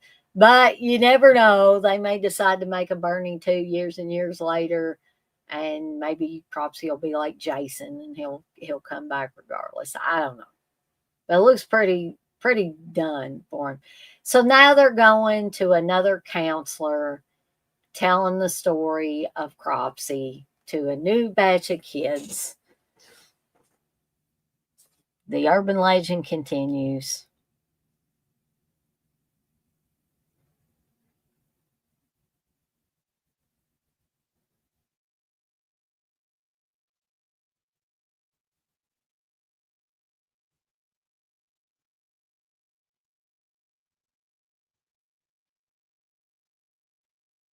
It appears that somebody's watching them to the trees, and then it zooms in on the storyteller. He says right now he's out there watching and waiting. So don't look, he'll see you. Don't breathe, he'll hear you. Don't move. And then he says you're dead. And then we go to the end credit sequence. And once the end credit sequence rolls, I will put the intermission time, and I will keep running it for about 5 minutes to allow those of you to take a bathroom break if you need to. If you need to get a refresher on your drink, get you some more popcorn or another snack, some potato chips or whatever. You should have all that time to do that. But like I said, I'll stay with you till the credits roll. Then we'll have intermission time. And then after intermission time is over in 5 minutes, we will start Bloody Birthday. And again, I have a link for Bloody Birthday in the chat. I also have it in the description for this stream. So if you don't own copies of these movies on your own, then you can click on the links for YouTube to watch them on there.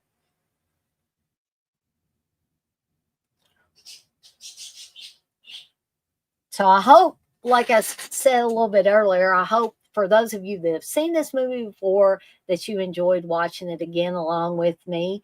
If you've never seen it before, I hope maybe you found a new slasher favorite. Because that's one of the big reasons why I do these is because I like sharing with people some of the films that I really, really enjoy.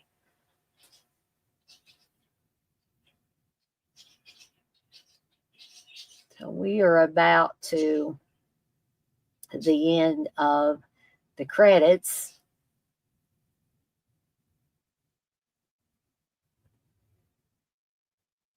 And I know it's just shy of 9 o'clock here on Eastern time. So I know that some of you will be watching Joe Bob. I'm sure that some of you will be watching Friday Night Lives on the Dead Pit channel, which is, perfectly fine. You can always watch this on the replay. This was actually filmed in Western New York, it says. All right. So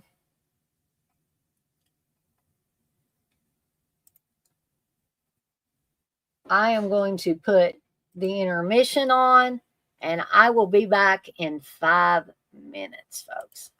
Intermission time. Pick up some delicious hot buttered popcorn at our concession stand. Hamburgers, hot dogs, and nachos too. Plus an extra large ice cold soda to quench your thirst. intermission time. Don't delay.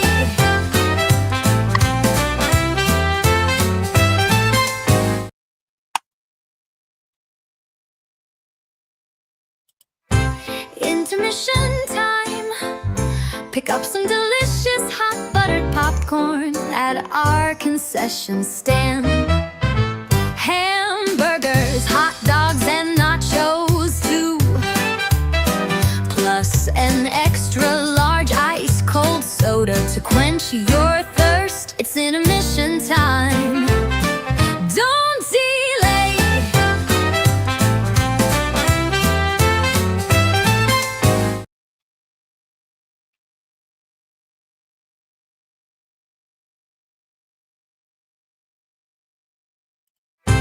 Intermission time. Pick up some delicious hot buttered popcorn at our concession stand. Hamburgers, hot dogs, and nachos too. Plus an extra large ice cold soda to quench your thirst. It's intermission time. Don't delay.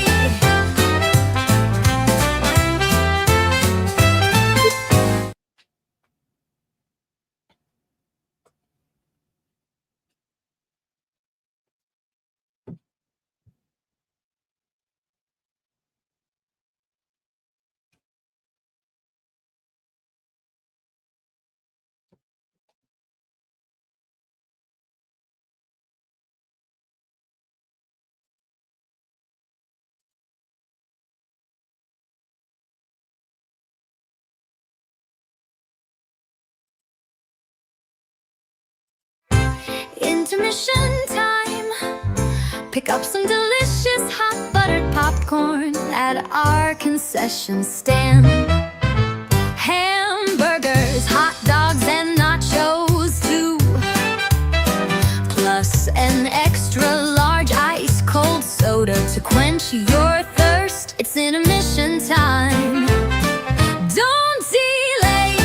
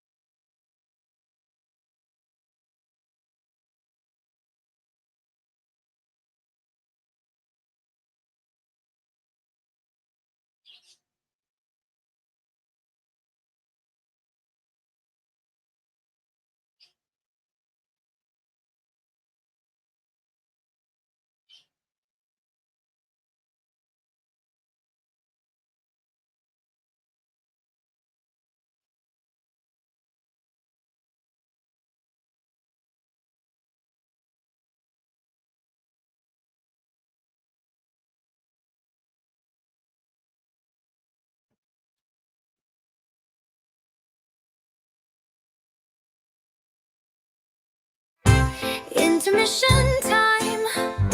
Pick up some delicious hot buttered popcorn at our concession stand. Hamburgers, hot dogs, and nachos too. Plus an extra large ice cold soda to quench your thirst. It's intermission time. Don't delay.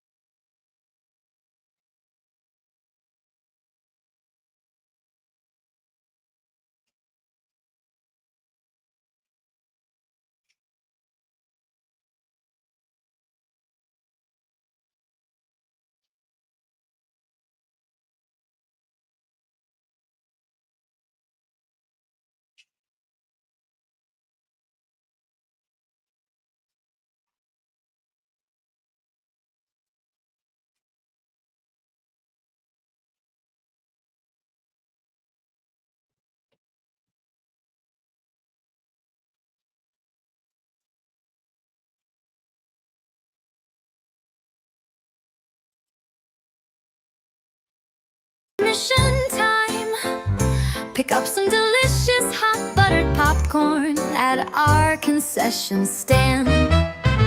Hamburgers, hot dogs, and nachos too. Plus an extra large ice cold soda to quench your thirst. It's intermission time. Don't delay.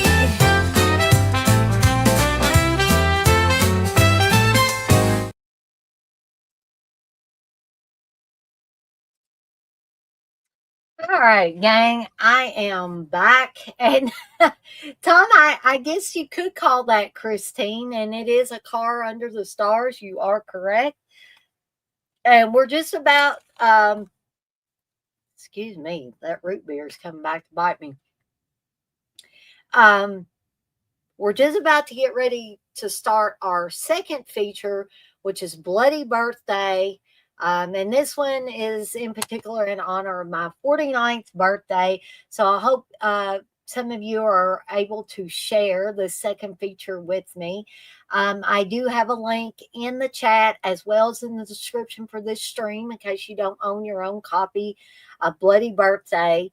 And it is on YouTube. So I'm going to go ahead and try to get mine queued up to where I know the YouTube link starts.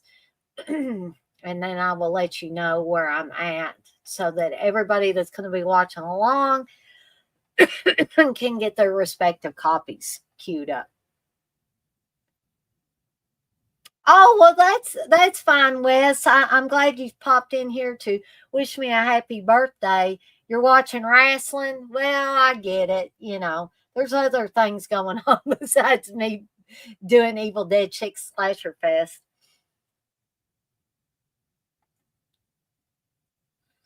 All right, so go ahead. Oops.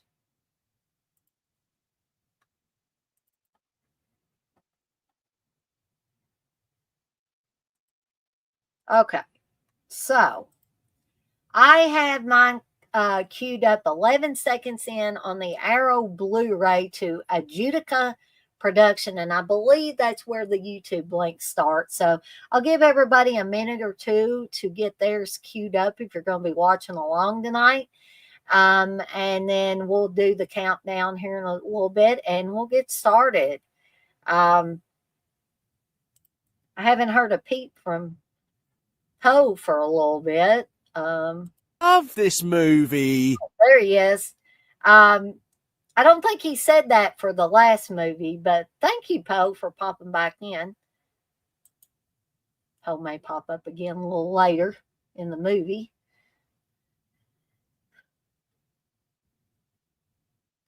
So, speaking of birthdays, I've had a pretty decent birthday today. I got $100 from my mother-in-law, which was extra nice. I told her she shouldn't have done that, but it, can't turn down $100, can you? And then I'm going to be getting a little money from my parents. Tomorrow we're going to visit my parents for my birthday, just a day late, but it's all good. It's all good.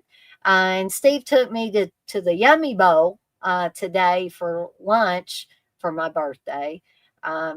And I only had to work half a day at work. The only downside was we lost power this morning for almost 3 hours.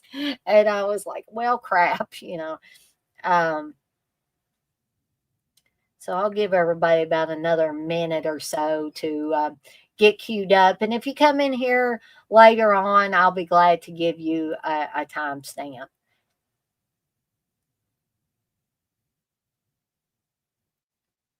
We'll wait till 9:05 and then we'll go ahead and get started with the movie.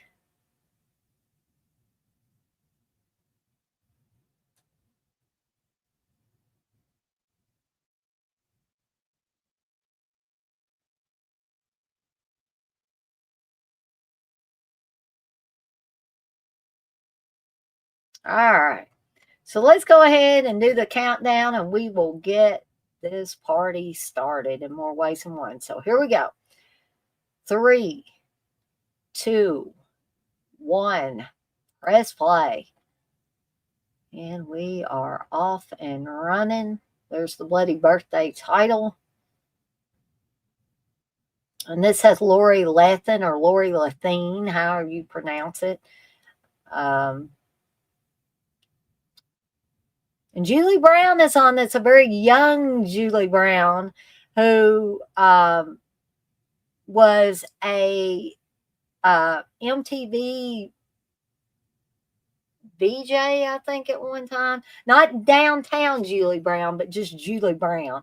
And Julie Brown was also in Clueless many years later. Billy Jacoby, Elizabeth Hoy, they're both in this. Susan Strasberg plays a teacher in this.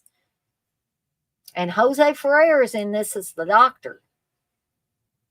It's a special appearance by Jose Ferrer.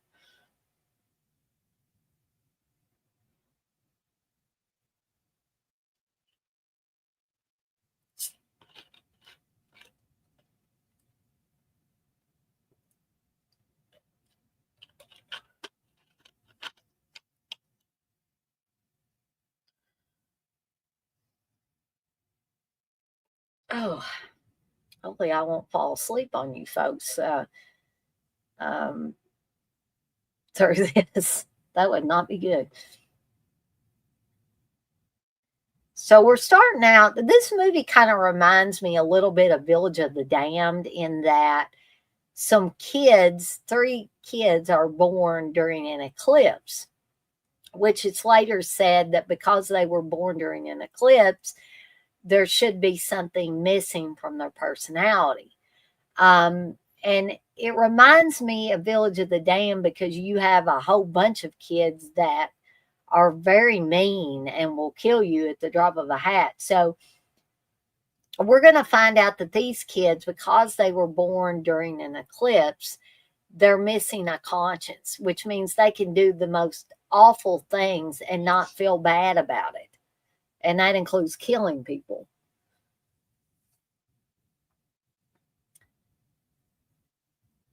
So the 3 children are being born during 1970.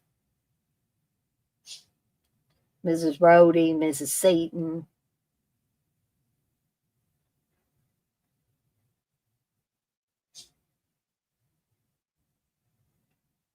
I forget who the other, and Mrs. Taylor.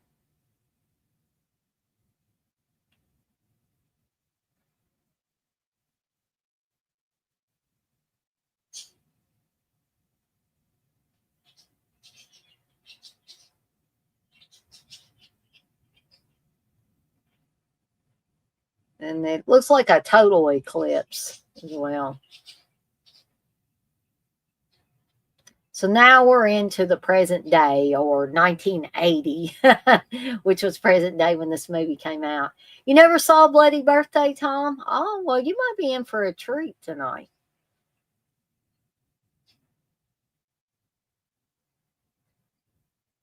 Now, this actress here playing Annie, she has a horror movie connection in that she was also on graduation day as Paula. And apparently on graduation day, and I can't remember if graduation day was before this or after this, but this actress would not show her breast for graduation day, but she has no problem showing her breast here, as we will see. So she was replaced with Linnea Quigley in graduation day. So we're clearly seeing her breasts there. Unless that happens to be a body double, but I haven't ever heard it was a body double.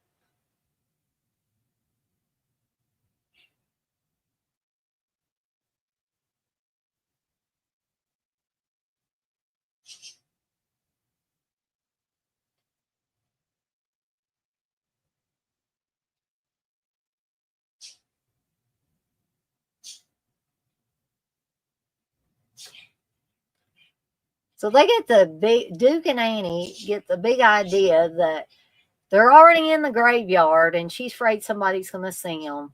So Duke says, you're afraid that, somebody's going to see us, right? So they're going to, get inside an open grave. Why would you do that?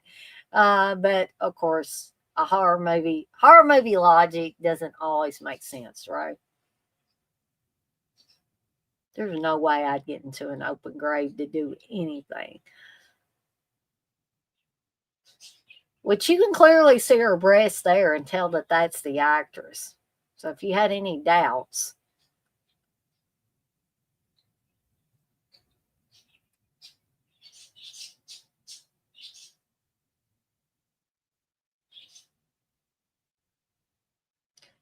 Tom, you say you saw a documentary on that Brian Kohlberger. He is a real boogeyman, born without a soul. Yeah, that's to me, that's chilling. Oh, well, thank you, TJ, for the birthday wishes. That's okay. You didn't send me a cake. Oh, damn. So Duke just got hit in the face with a shovel, and now somebody's going to strangle Annie with a jump rope.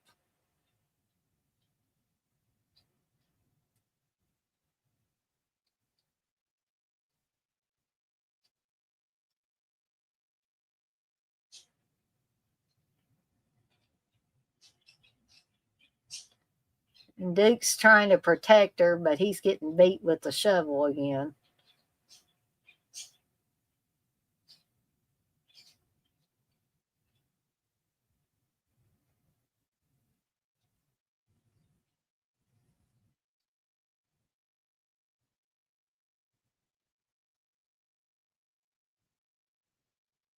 So we're seeing Lori Lethin there. She just fixed herself a sandwich, and I don't think she's working on homework here. I think she does astrological charts. Yeah, that's what she's doing.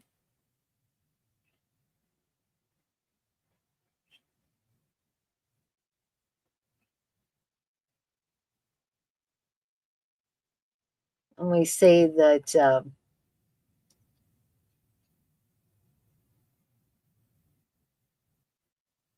her brother is sneaking in there, but we don't really know that at this point. So we wonder, is he going to come in there and kill her? And that is K.C. Martell, who was not only an E.T., but he was also one of the kids on Amityville Horror.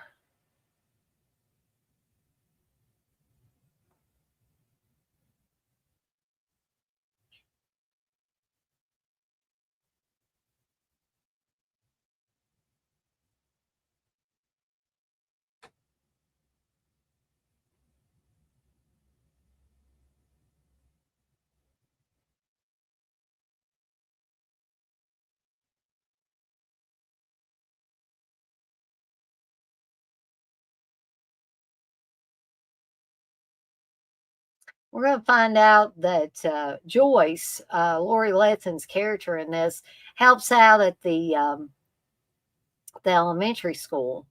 Actually, in her brother's class, I guess she's like a teaching assistant for Miss Davis there, played by Susan Strasberg.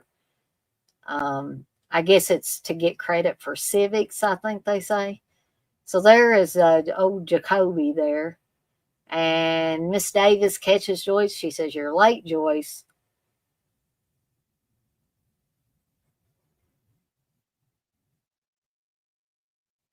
I'll have to check that one out, Tom. The 1984 horror movie called Soul Survivor, because I don't think I've seen that one.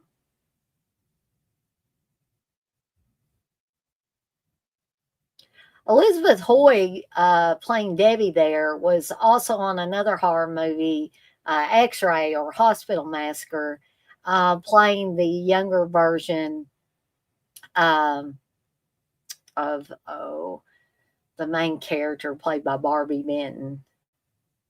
And I'm totally forgetting her name in the movie.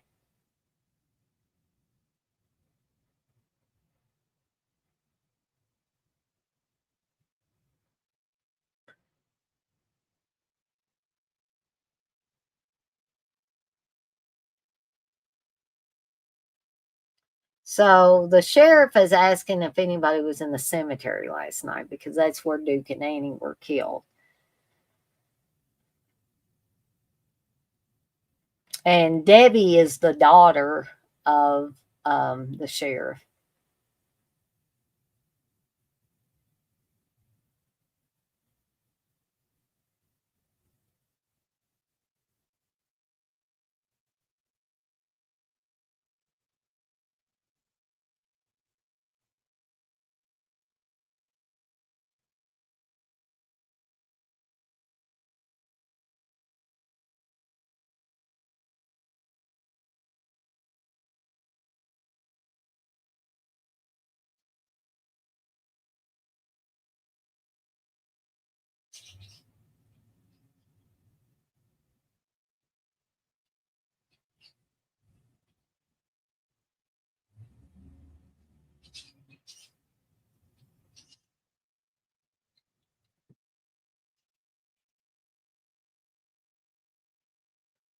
So Joyce is kind of,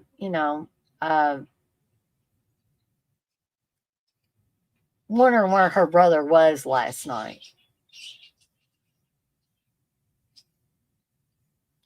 And she's like, Timmy, don't lie to me because he said he was feeding the dog.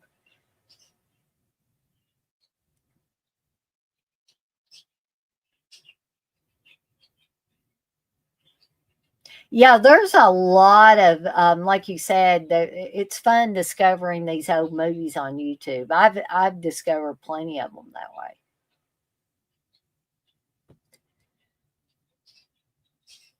So the three kids there, these are the ones that were born during the eclipse, and they're wanting to know.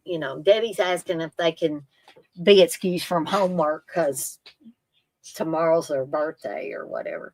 And their teacher's like, no, Mrs. Davis is a bitchy teacher, I'll tell you that. So we're going to see Julie Brown in her prime here, folks. And she plays Debbie's older sister here. And so the boys pay her a quarter to be able to see her sister undress. So there's a hole in Debbie's closet that Debbie probably made that is back to back with her sister's bedroom. So her sister is dancing and undressing. And Julie Brown was slim and trim and looked good at this time. So I'm sure there were a lot of guys and boys that would like to see her naked.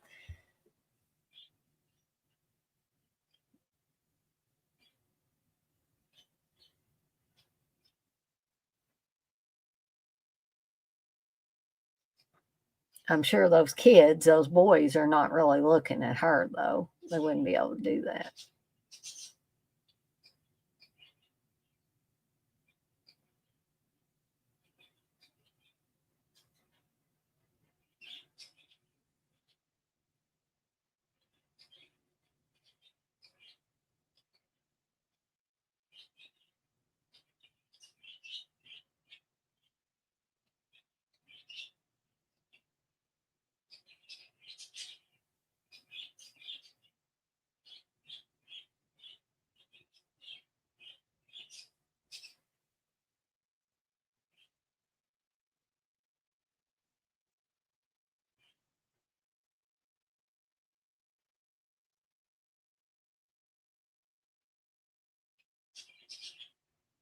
Not only that, but she's going to take her panties off. And Debbie says, if you want to see more, it's going to be an extra dime.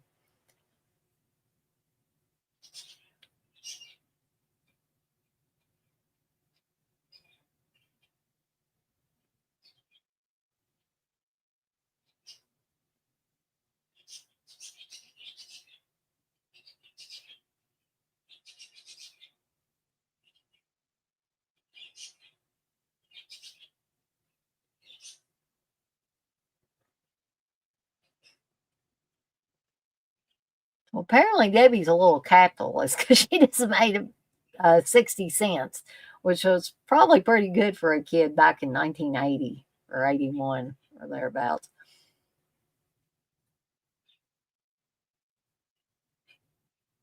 So apparently Beverly, Debbie's older sister, is friends with Joyce, and um, they're talking about how it's really creepy and weird what happened to Duke and Annie. And she says her and her boyfriend Willard go to the graveyard all the time. And Joyce is like, why? And she says, well, not to get buried, that's for sure.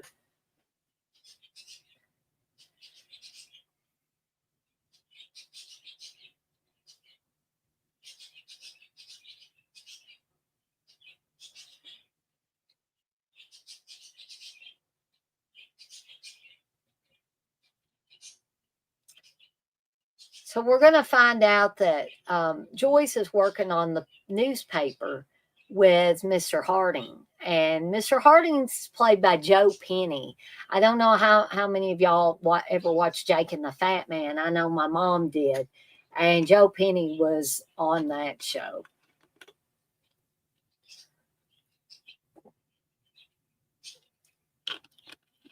So Beverly's dad pulls up and, says, Beverly, where are you going? She said, well, I'm getting some birthday candles for the cake for the birthday party. And then me and Willard, the drive-in, and her dad's like, no, you're not. There's been a murder. You're going to come right home. Yeah, it's hard to believe, isn't it, Tom? Dario Argento being almost 90 years old.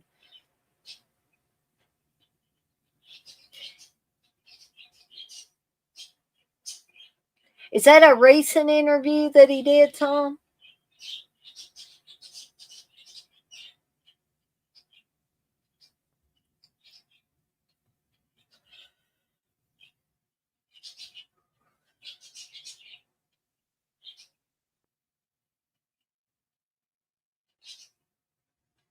You think so? Okay. I'm going to ask Steve about that. He may know where we can get that to watch. Unless it's on YouTube or something.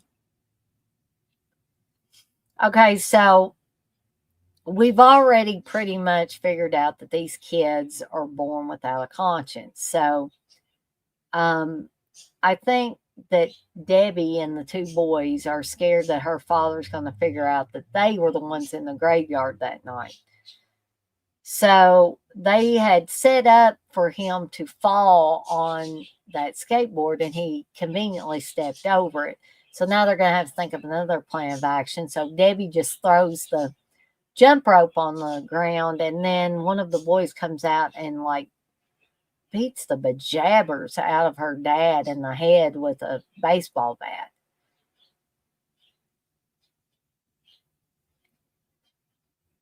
And then I don't think that these two boys, as young as they are, would be able to drag her dad, who's supposed to be dead now, and who would be dead weight, be able to drag him around like that.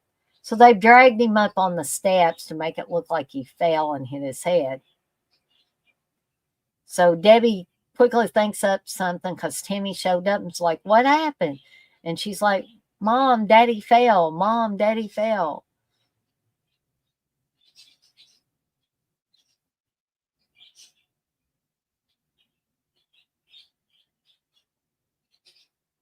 And the next scene is the funeral for Sheriff Brody.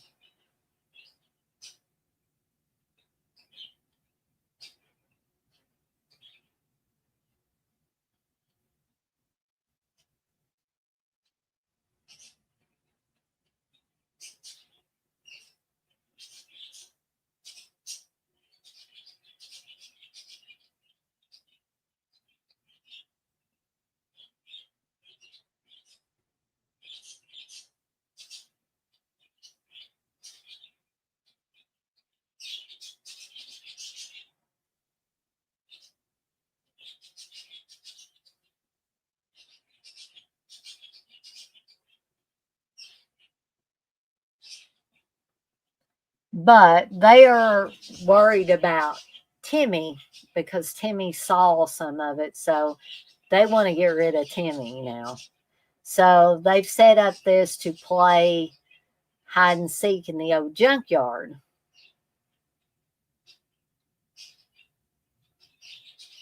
But they got to get rid of this other kid. So Curtis, played by Billy Jacoby there, has a replica gun, and he points at the other kid and said, "Don't copy our hiding place or I'll shoot you." And Curtis says they're going to get in the refrigerator, this old refrigerator. And you know, you were always told not to get in no refrigerators, right, as a kid. So Curtis says, "We're not going to shut both doors." And he says, "You better get inside or you're going to be the first one caught." So Timmy climbs in. And Curtis, little booger, closes both doors and closes the refrigerator.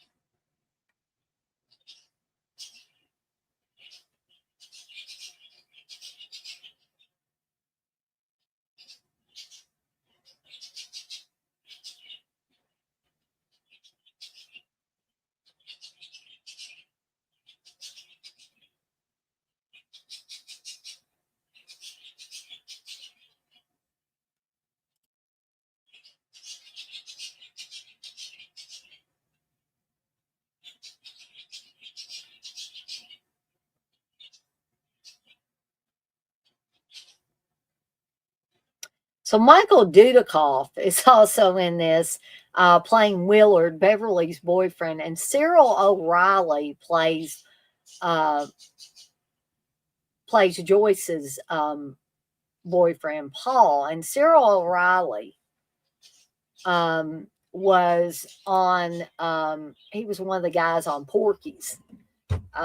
So you see a lot of people that you may have seen in other things. So Timmy is still stuck in the refrigerator freezer there. And me being claustrophobic like I am, this really makes me uncomfortable, this scene, even though I know this kid was not in any danger. Yep, that's right, Tom. He did become Dudikoff did become an action star.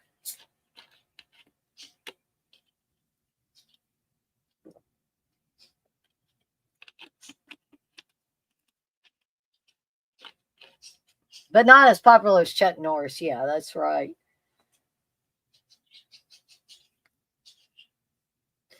So Joyce is home and her parents have called. And apparently her father has had a heart attack, or he was on his way to having a heart attack. So the mother and father are on a vacation, getting a much needed rest. And Joyce is taking care of Timmy. And her mom says, Joyce, can you put Timmy on the phone? No, not right now because he's outside playing.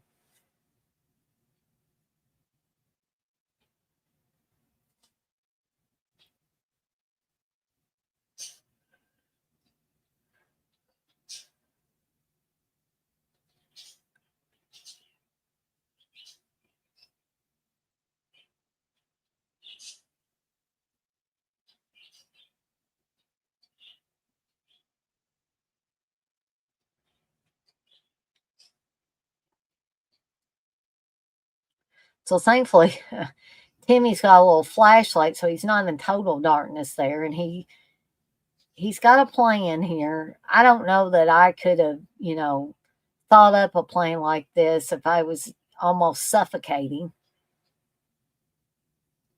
But he finds a metal piece on the inside of the refrigerator freezer, and he's going to use this to poke it up through the dividing line between the doors and open this refrigerator freezer.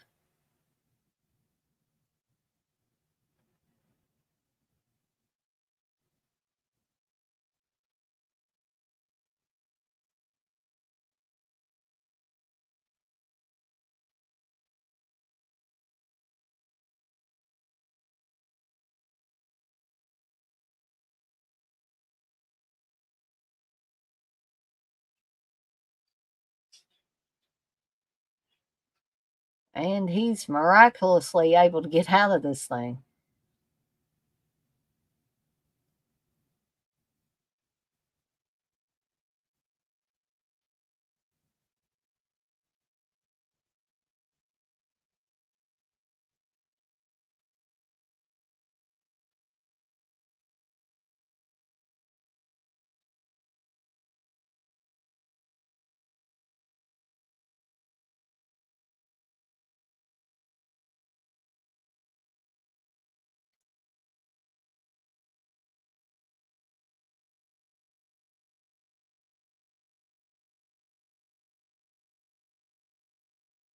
So Joyce wants to know where he's been. And he says, at the junkyard, Curtis locked me in the refrigerator. And Joyce, thinks he's lying.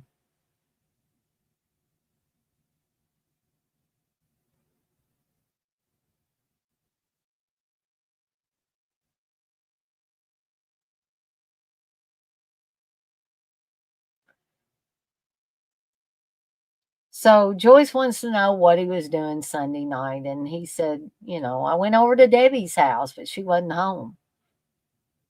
And so Joyce wants to know why he went over there.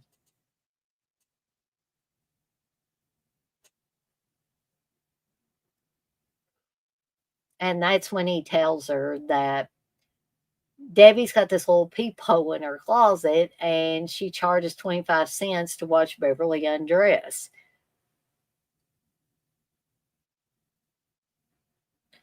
So, but Joyce starts laughing and she calls him a little peeping Tom. And he said, I didn't see anything though, 'cause she wasn't even home.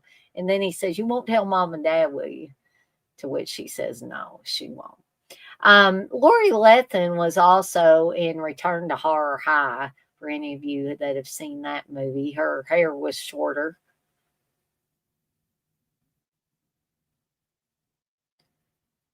So Joyce makes him promise to not, I don't want you playing with Curtis, stay away from Curtis and stuff.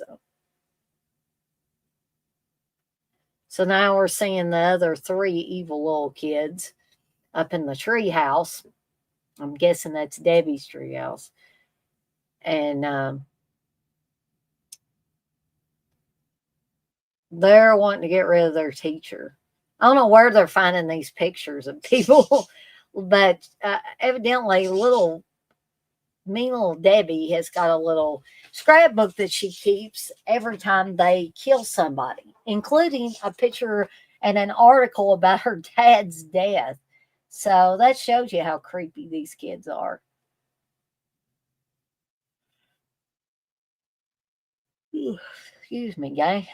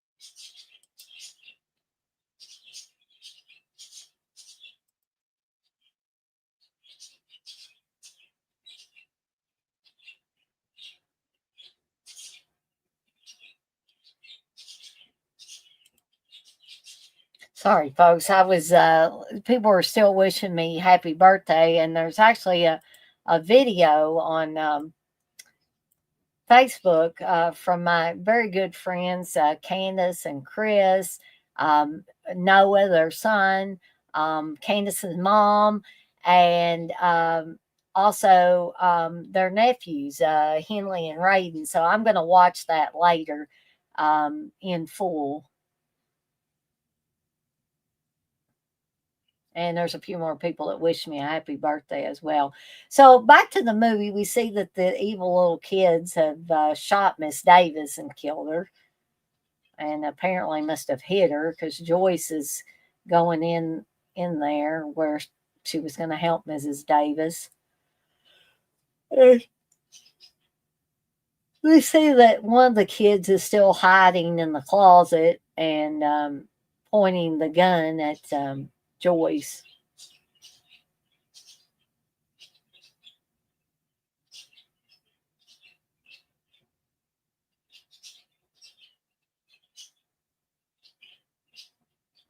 And Timmy really punches the hell out of Curtis there.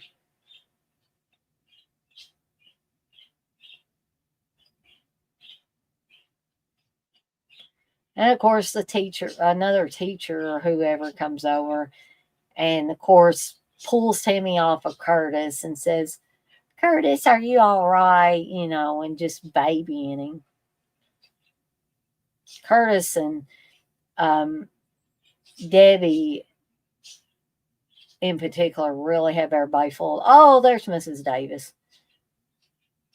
She just fell out of the closet with a big old gunshot wound in her back there.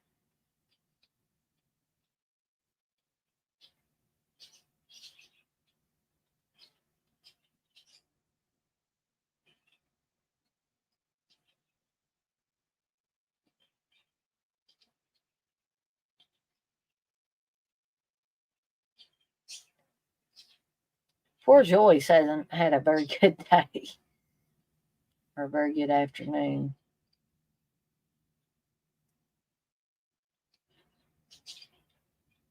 So the deputy brought her back home.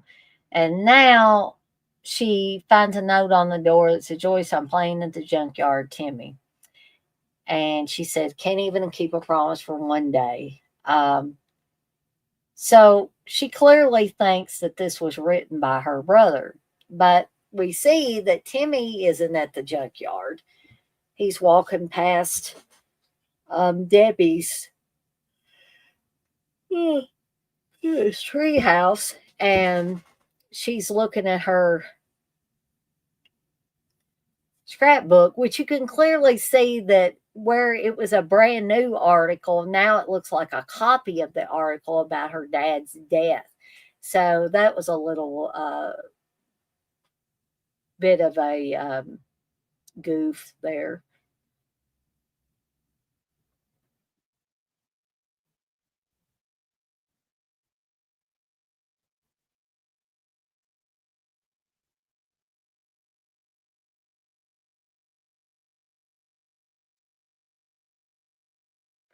So Debbie is obviously thinking of pushing Timmy off of the railing of the treehouse and onto a big stick that's sticking out and planning on killing him. I don't know if that's a tree or what it is, a budding tree, but and then the phone rings and he says, the phone's ringing. Do you want me to get it? And she said, no, it's probably just my dumb sister. She lives on the phone. And then he sees the scrapbook and he says, whose is it? And she says, mine. And he says, you know, what is it? And she says, it's a secret book, and then he says, like a diary. And she says, yeah. And he said, all right, I'm going to go home now.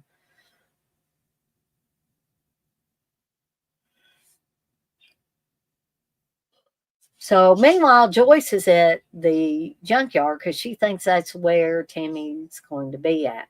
But this was just a ploy to get her to the junkyard in an attempt to kill her. So her bad day is going to turn into a really bad day because she's going to get attacked here.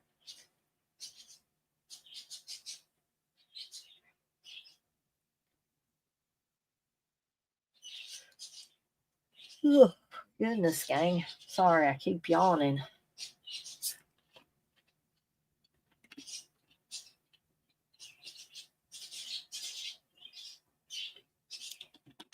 But she is seeing the refrigerator and she sees Timmy's little flashlight pin inside the refrigerator. So I think she's realizing that, yeah, Timmy, he might have been lying about Sunday night, but he was telling the truth about being trapped in the refrigerator.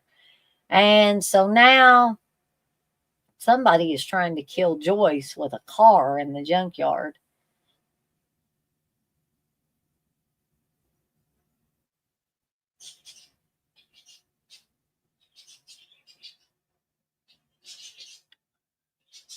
How do these kids learn to drive cars so well, I wonder?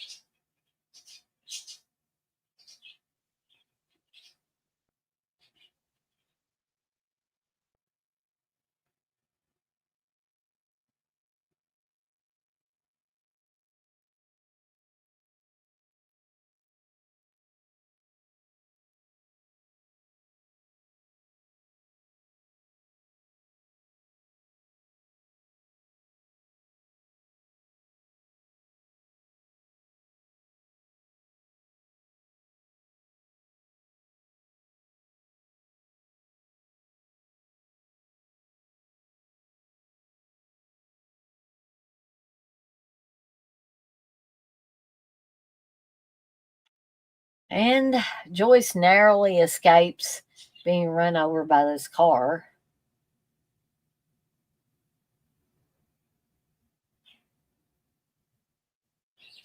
Keep in mind, folks, this is in the time before cell phones and everybody having a cell phone just about.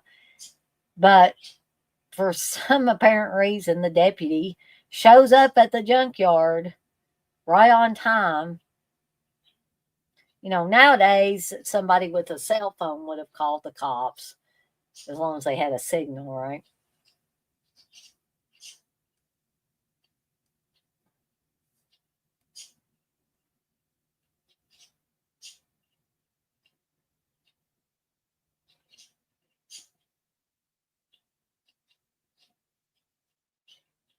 So, gang, I hate to leave again, but I've been drinking way too much of this zero sugar Mountain Dew.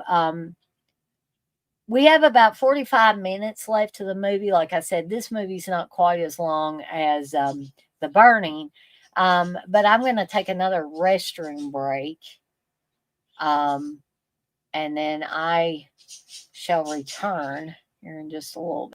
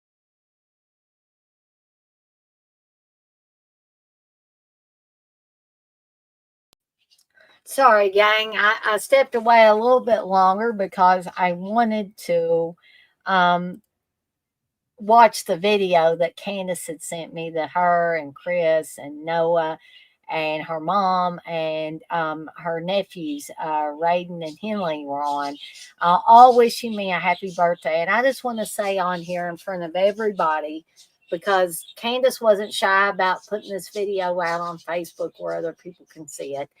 I just want to thank them for the bottom of my heart. I was really touched um, by the video that they took time out of their day to make this video for me, wishing me a happy birthday. And that makes me feel um, more special than I could ever feel. And again, I want to thank everybody that wished me a happy birthday, no matter how you wish me a happy birthday. If you sent me a text message, if you sent me a voice text, if you wish me a happy birthday on Facebook, if you called me up and wished me a happy birthday, if you wish me a happy birthday on here, I appreciate all the birthday wishes.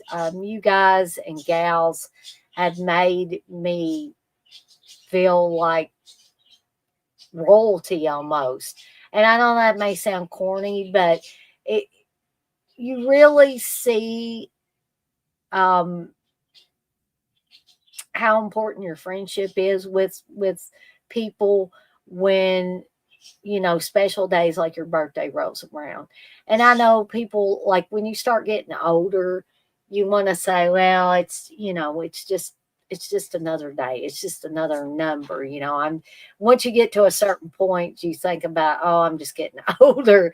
But it's times like this when I get those special messages from friends and family members that really makes that birthday seem, even the ones where I'm moving closer to 50, it makes those birthdays more special and more important. And it makes them more than a number. It makes them an important part of my life. So again, I want to thank everybody for that. And now back to the rarely scheduled program, which is Bloody Birthday. And we're seeing that they're having a big party for the three kids born during the eclipse.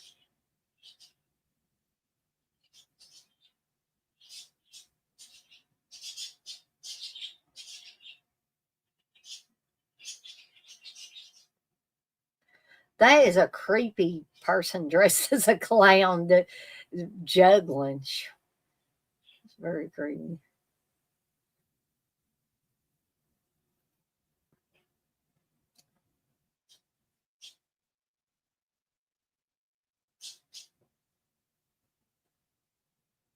And I just like to say, Billy Jacoby has the ability, or he had the ability as a kid, to play very good, sympathetic characters, and also to turn on the bad and the creepy, as we're going to see right here.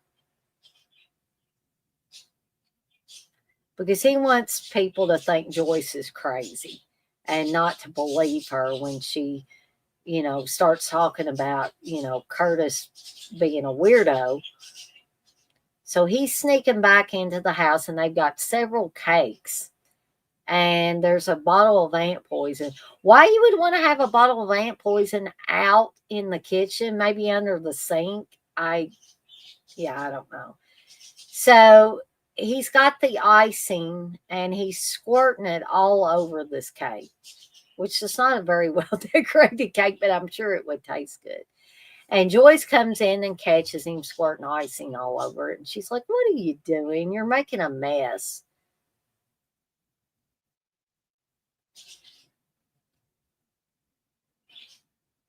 So she's already seen him with the cake decorator putting the icing very sloppily on the cake. And he's not only messed up one cake, but he's doing the same thing to another cake. And everybody's eating the cake, including Timmy there. And Beverly tells Joyce, "We're going to need another cake." So Joyce is going to go back in there, and he conveniently has the ant poison and the icing. And she said, "What's the matter with you? Look at that cake." And then she wants to know what's behind his back.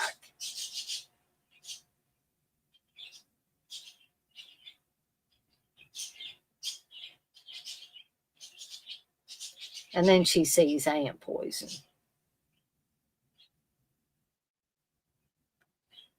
So she, of course, thinks that he's poisoned the icing with the ant poison. And she panics and runs out there. And she's like, "Don't eat that cake." She's knocking the plates out of people's hands and stuff. But Curtis poisoned the icing.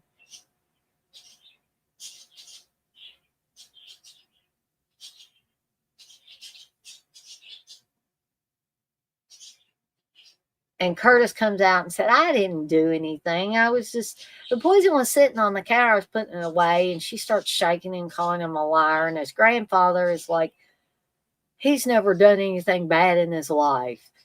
Leave him alone."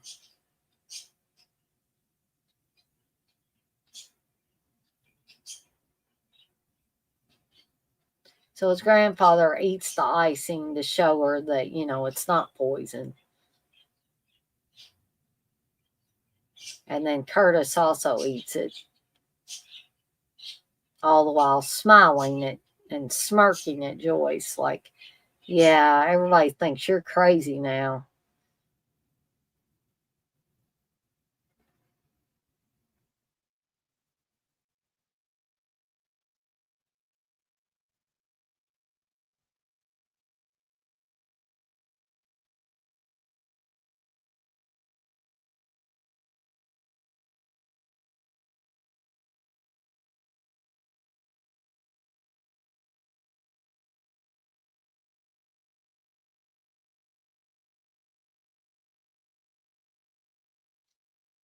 So this is where Joyce says that, Curtis and doesn't even seem to notice the things that you're doing is wrong.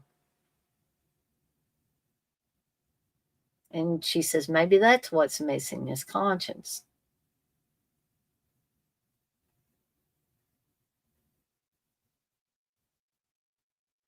So I think this is where we're going to get introduced to Cyril O'Reilly's character of Paul, who was also on Porky's, but he plays Joyce's boyfriend on here. He's home from college.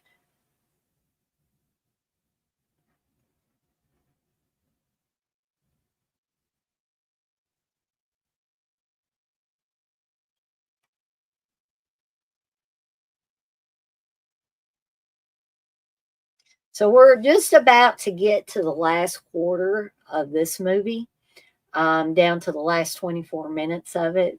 Again, it's not quite as long as The Burning.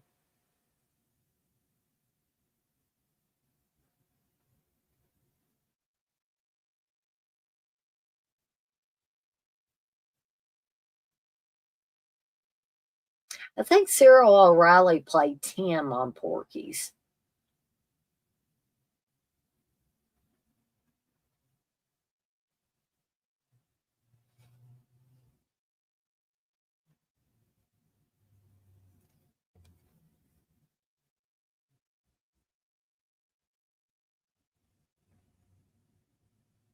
And there he is.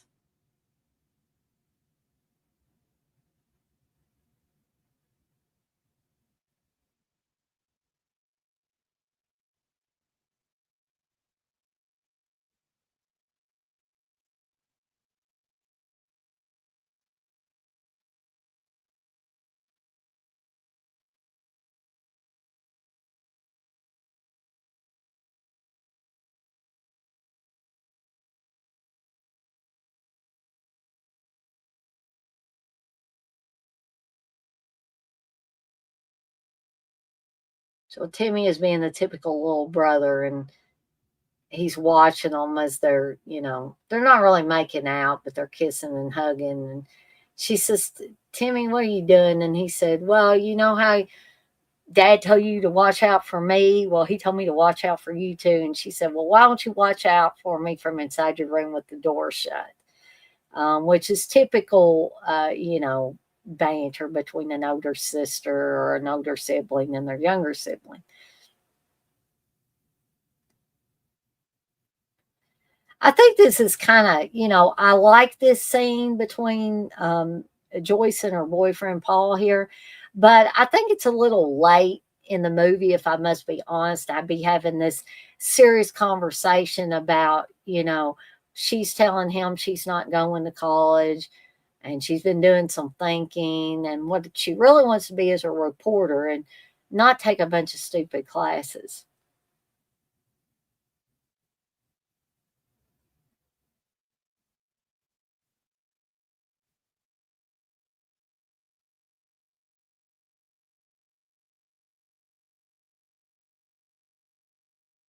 But it does make a good point that she says, with everything that's happened, she said from now on, she's going to do what she wants to do, not talk about or plan on doing things.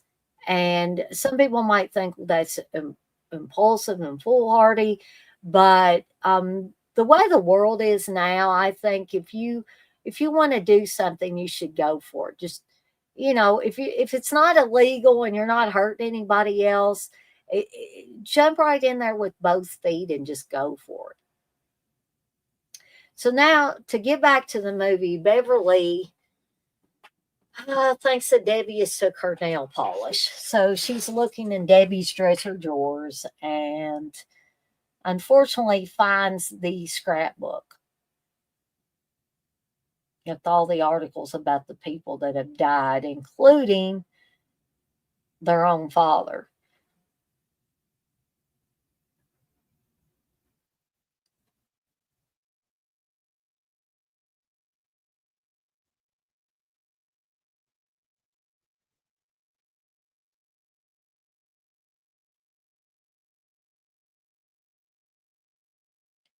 And Debbie comes in and says, "That's my private property." And she's like, "Clippings of murders? What are you, some little ghoul?" And of course, she wants to run and show it to their mom.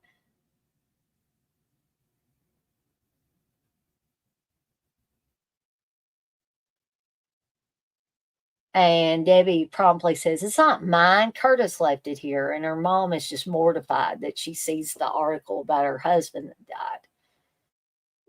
To which she says, "I don't want you playing with Curtis again. I don't want him ever coming over here again." And she tells Beverly to burn it, to burn the scrapbook.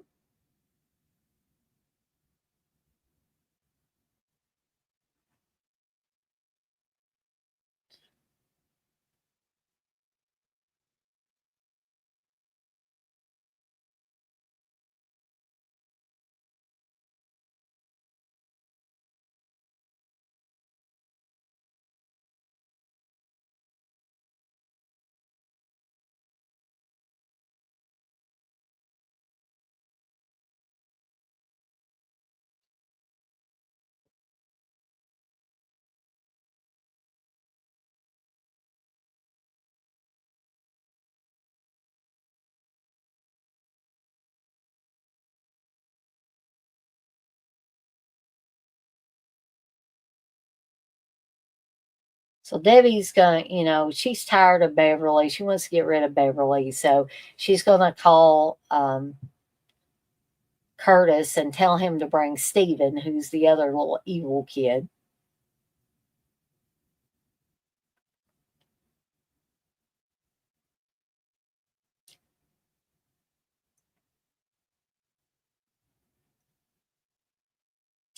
And so Debbie has conveniently found another use for this little peephole because she's got a bow and arrow there. And so Joyce has already told Beverly that, hey, your little sister is charging the boys a quarter to watch you undress.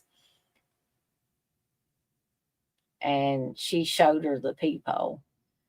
So Beverly knows it's there.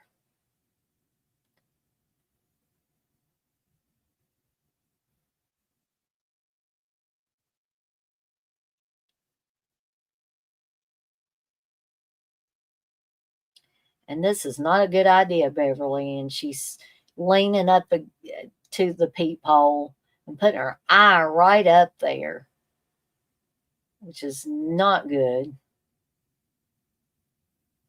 And shoots her right in the eye with an arrow. My! Ew! I wasn't ready for that. Yeah, Poe wasn't ready for that.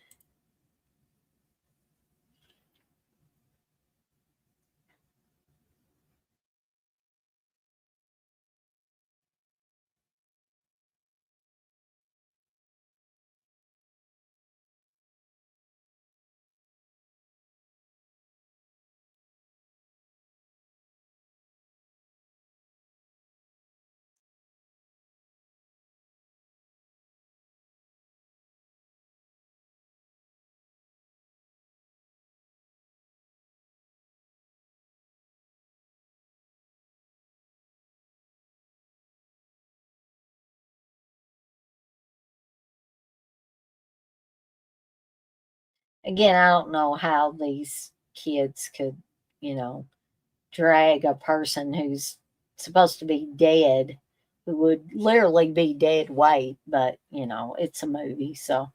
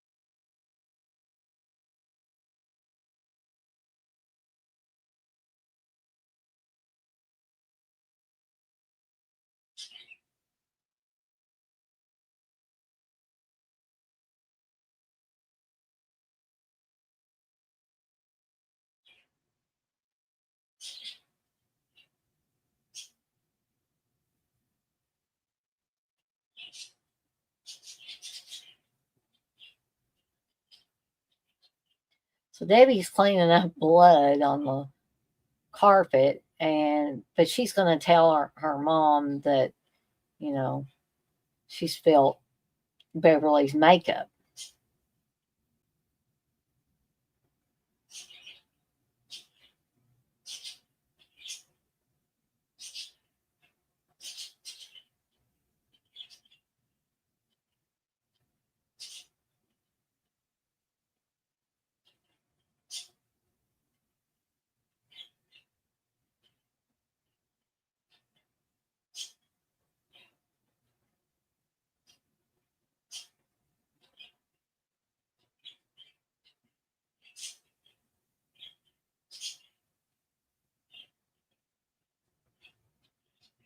So unfortunately, now there's another funeral.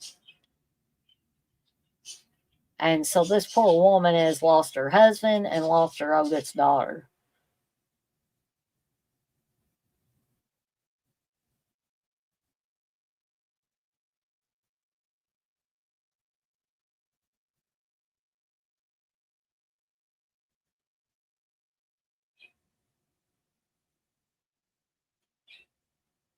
So her mom's got to take a little mental health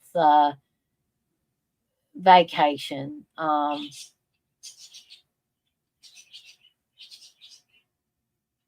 for a few days.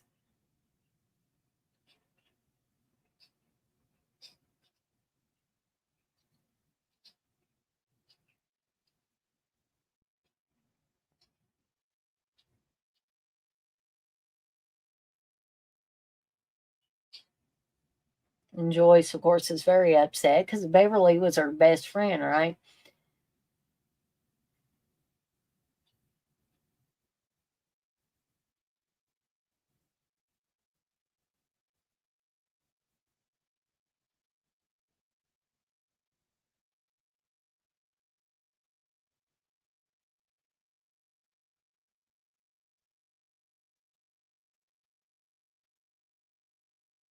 So Timmy asked her a very odd question. What's it like to be dead?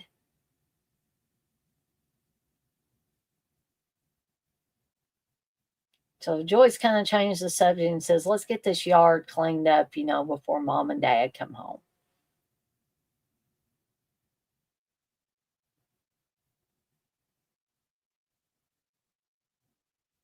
So the security system, apparently, Curtis is a technological genius. And so the kids are going to play hide and seek. And as they say it, Curtis has gizmoed the security system at Debbie's house. So they can't get out the doors. Um, and Steven says, I bet Curtis gizmoed it. And Debbie says very sarcastically, you don't even know what gizmo means.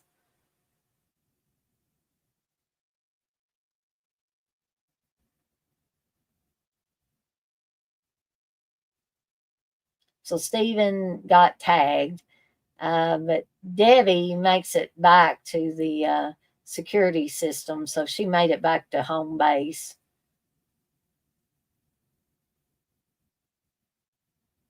And this is not Timmy, but another neighbor kid.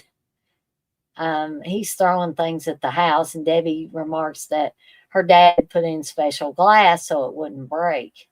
So now they're chasing this kid.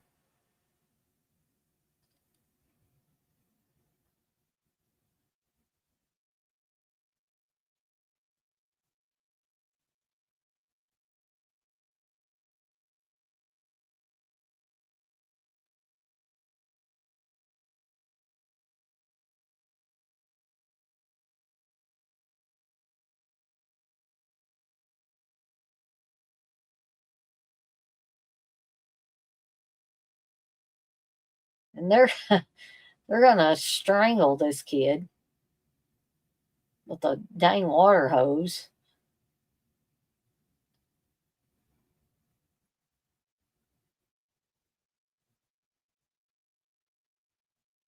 But unfortunately for them, it's a water hose in Joyce and Timmy's yard. Um, and so Joyce is seeing it being dragged. And so she's going to come around the corner and figure out that Stephen and Curtis are trying to strangle this boy, but she doesn't suspect Debbie because Debbie is just standing apart from them. And she says, hey, you guys, stop it. Um,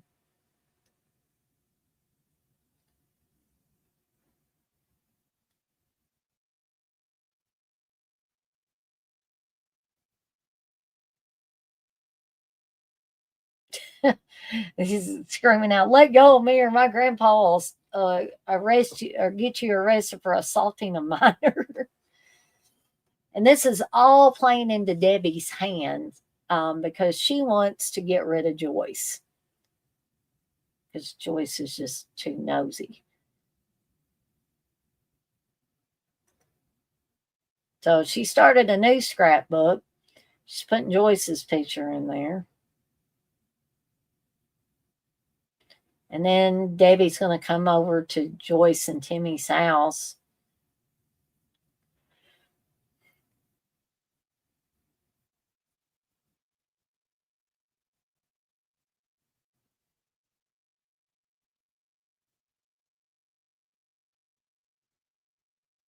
And Joyce sees her and says hi. And she says, my mom's back home but she's got to, Debbie says, she's got to go see a shrink tonight. So can you and Timmy come over and babysit? So Joyce says, yeah, sure. She doesn't at this point have any reason to suspect Debbie.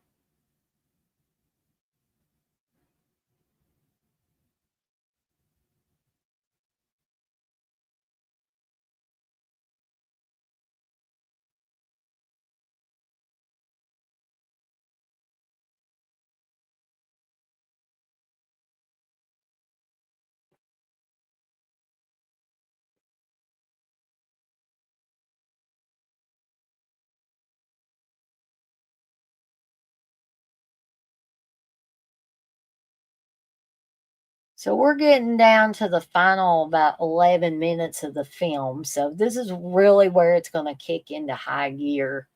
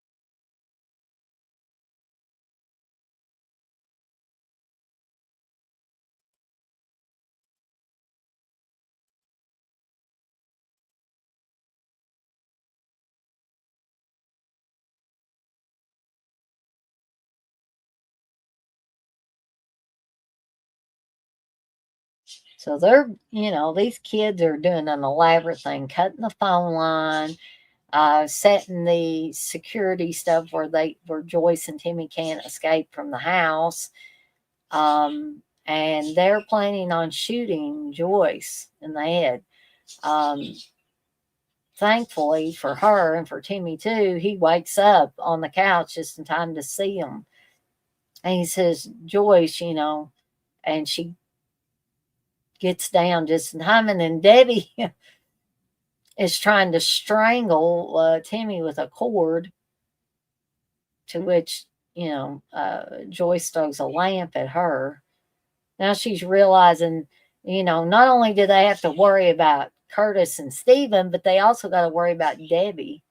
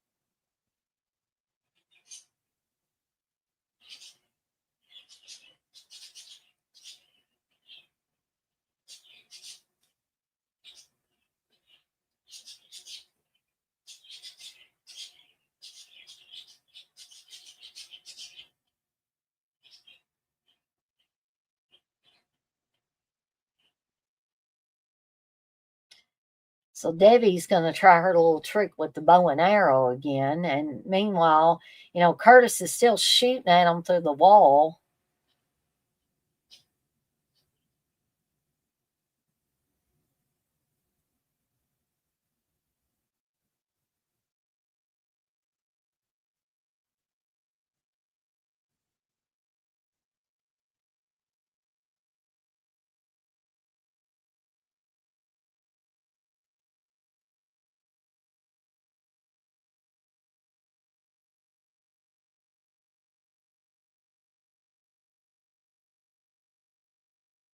So thankfully, Timmy thinks of a way to block the hole in the wall.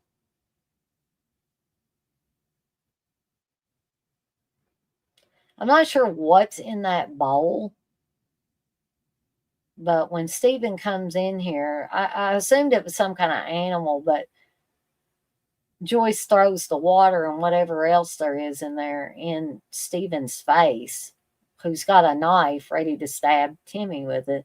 Then they put Stephen in the trunk.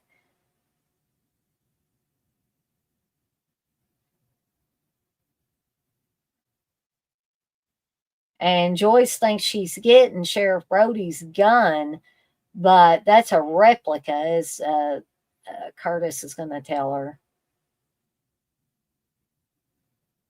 So we're wondering, does Curtis have any more bullets in the real gun, right?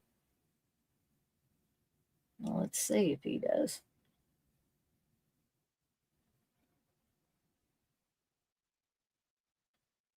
And no, he does not, thank goodness. So then Timmy says, should have learned to count to 6, genius. And they're going to tie Curtis up. And Debbie, they're not paying attention. So Debbie is going to sneak out the window.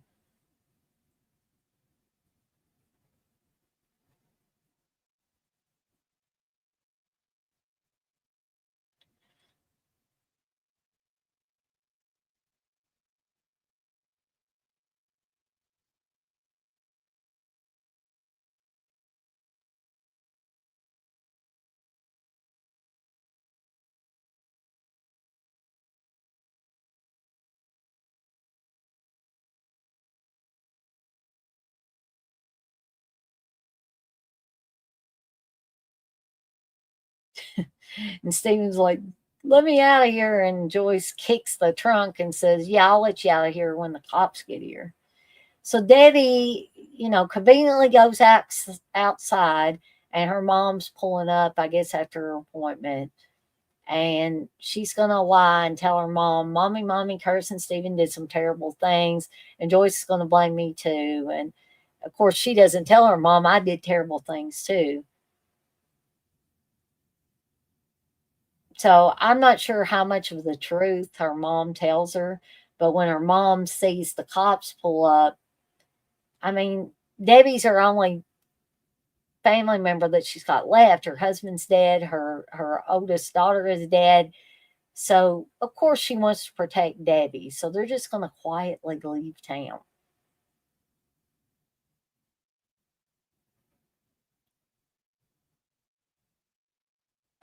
And so now we're seeing the cops bring these young kids out.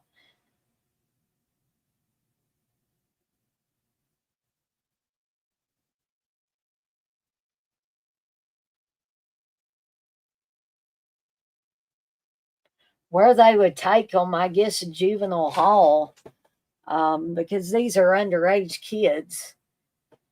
And we see Curtis give that creepy smile to Joyce. And then we're seeing Debbie playing with a jack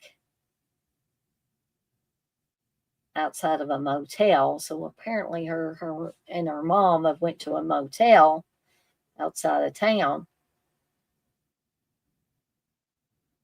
That's right, TJ. As smart as the kids think they are, they don't know about fingerprints. So her mom has said, now what's your name? So she's changed their names. And so now she's not Debbie anymore. She's Beth Simpson. And she says, I'm going to be your good little girl from now on. I don't think so, folks. So we're going to get an ending shot here in just a second.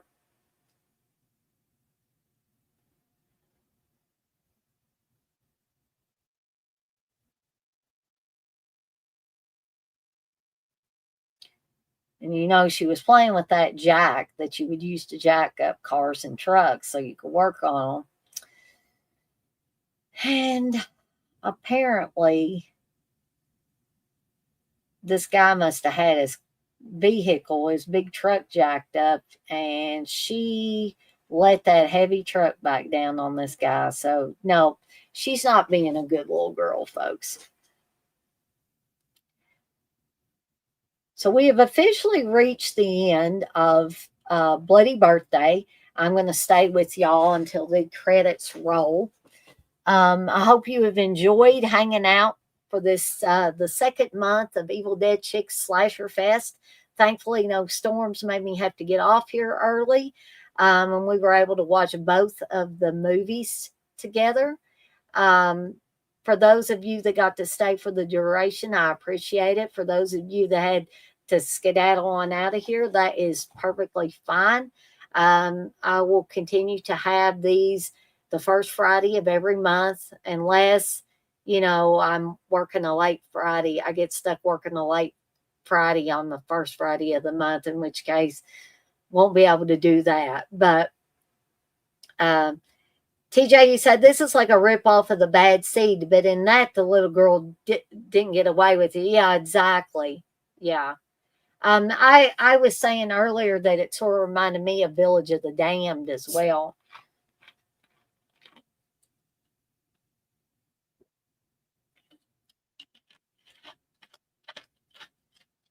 But I've enjoyed watching both of these movies again with you guys and gals. It was a great end to my birthday. And we're shortly going to be heading out these credits here. So I got to get a few things done before I settle down for the night. But again, I want to thank everybody that wished me a happy birthday, and also for everybody that joined me for this extra special Evil Dead Chicks Slasher Fest and Birthday Bash. So I appreciate each and every one of you, and I guess I'm going to call it a night, folks. Like I said, I got a few things to do, a couple of things to do before I head to bed or get settled down for the night. But as always, I'm off like a dirty shirt. This shirt ain't dirty, but I'm off like one. See you later too, Gory Tiger. And I hope you guys and gals have a wonderful rest of your Friday evening and night. And I'll see everybody next time. Oh, and I didn't want to forget to say, as always, remember to be kind to one another and blaze that trail, folks. And now I'm officially out of here, but I'll see everybody next time.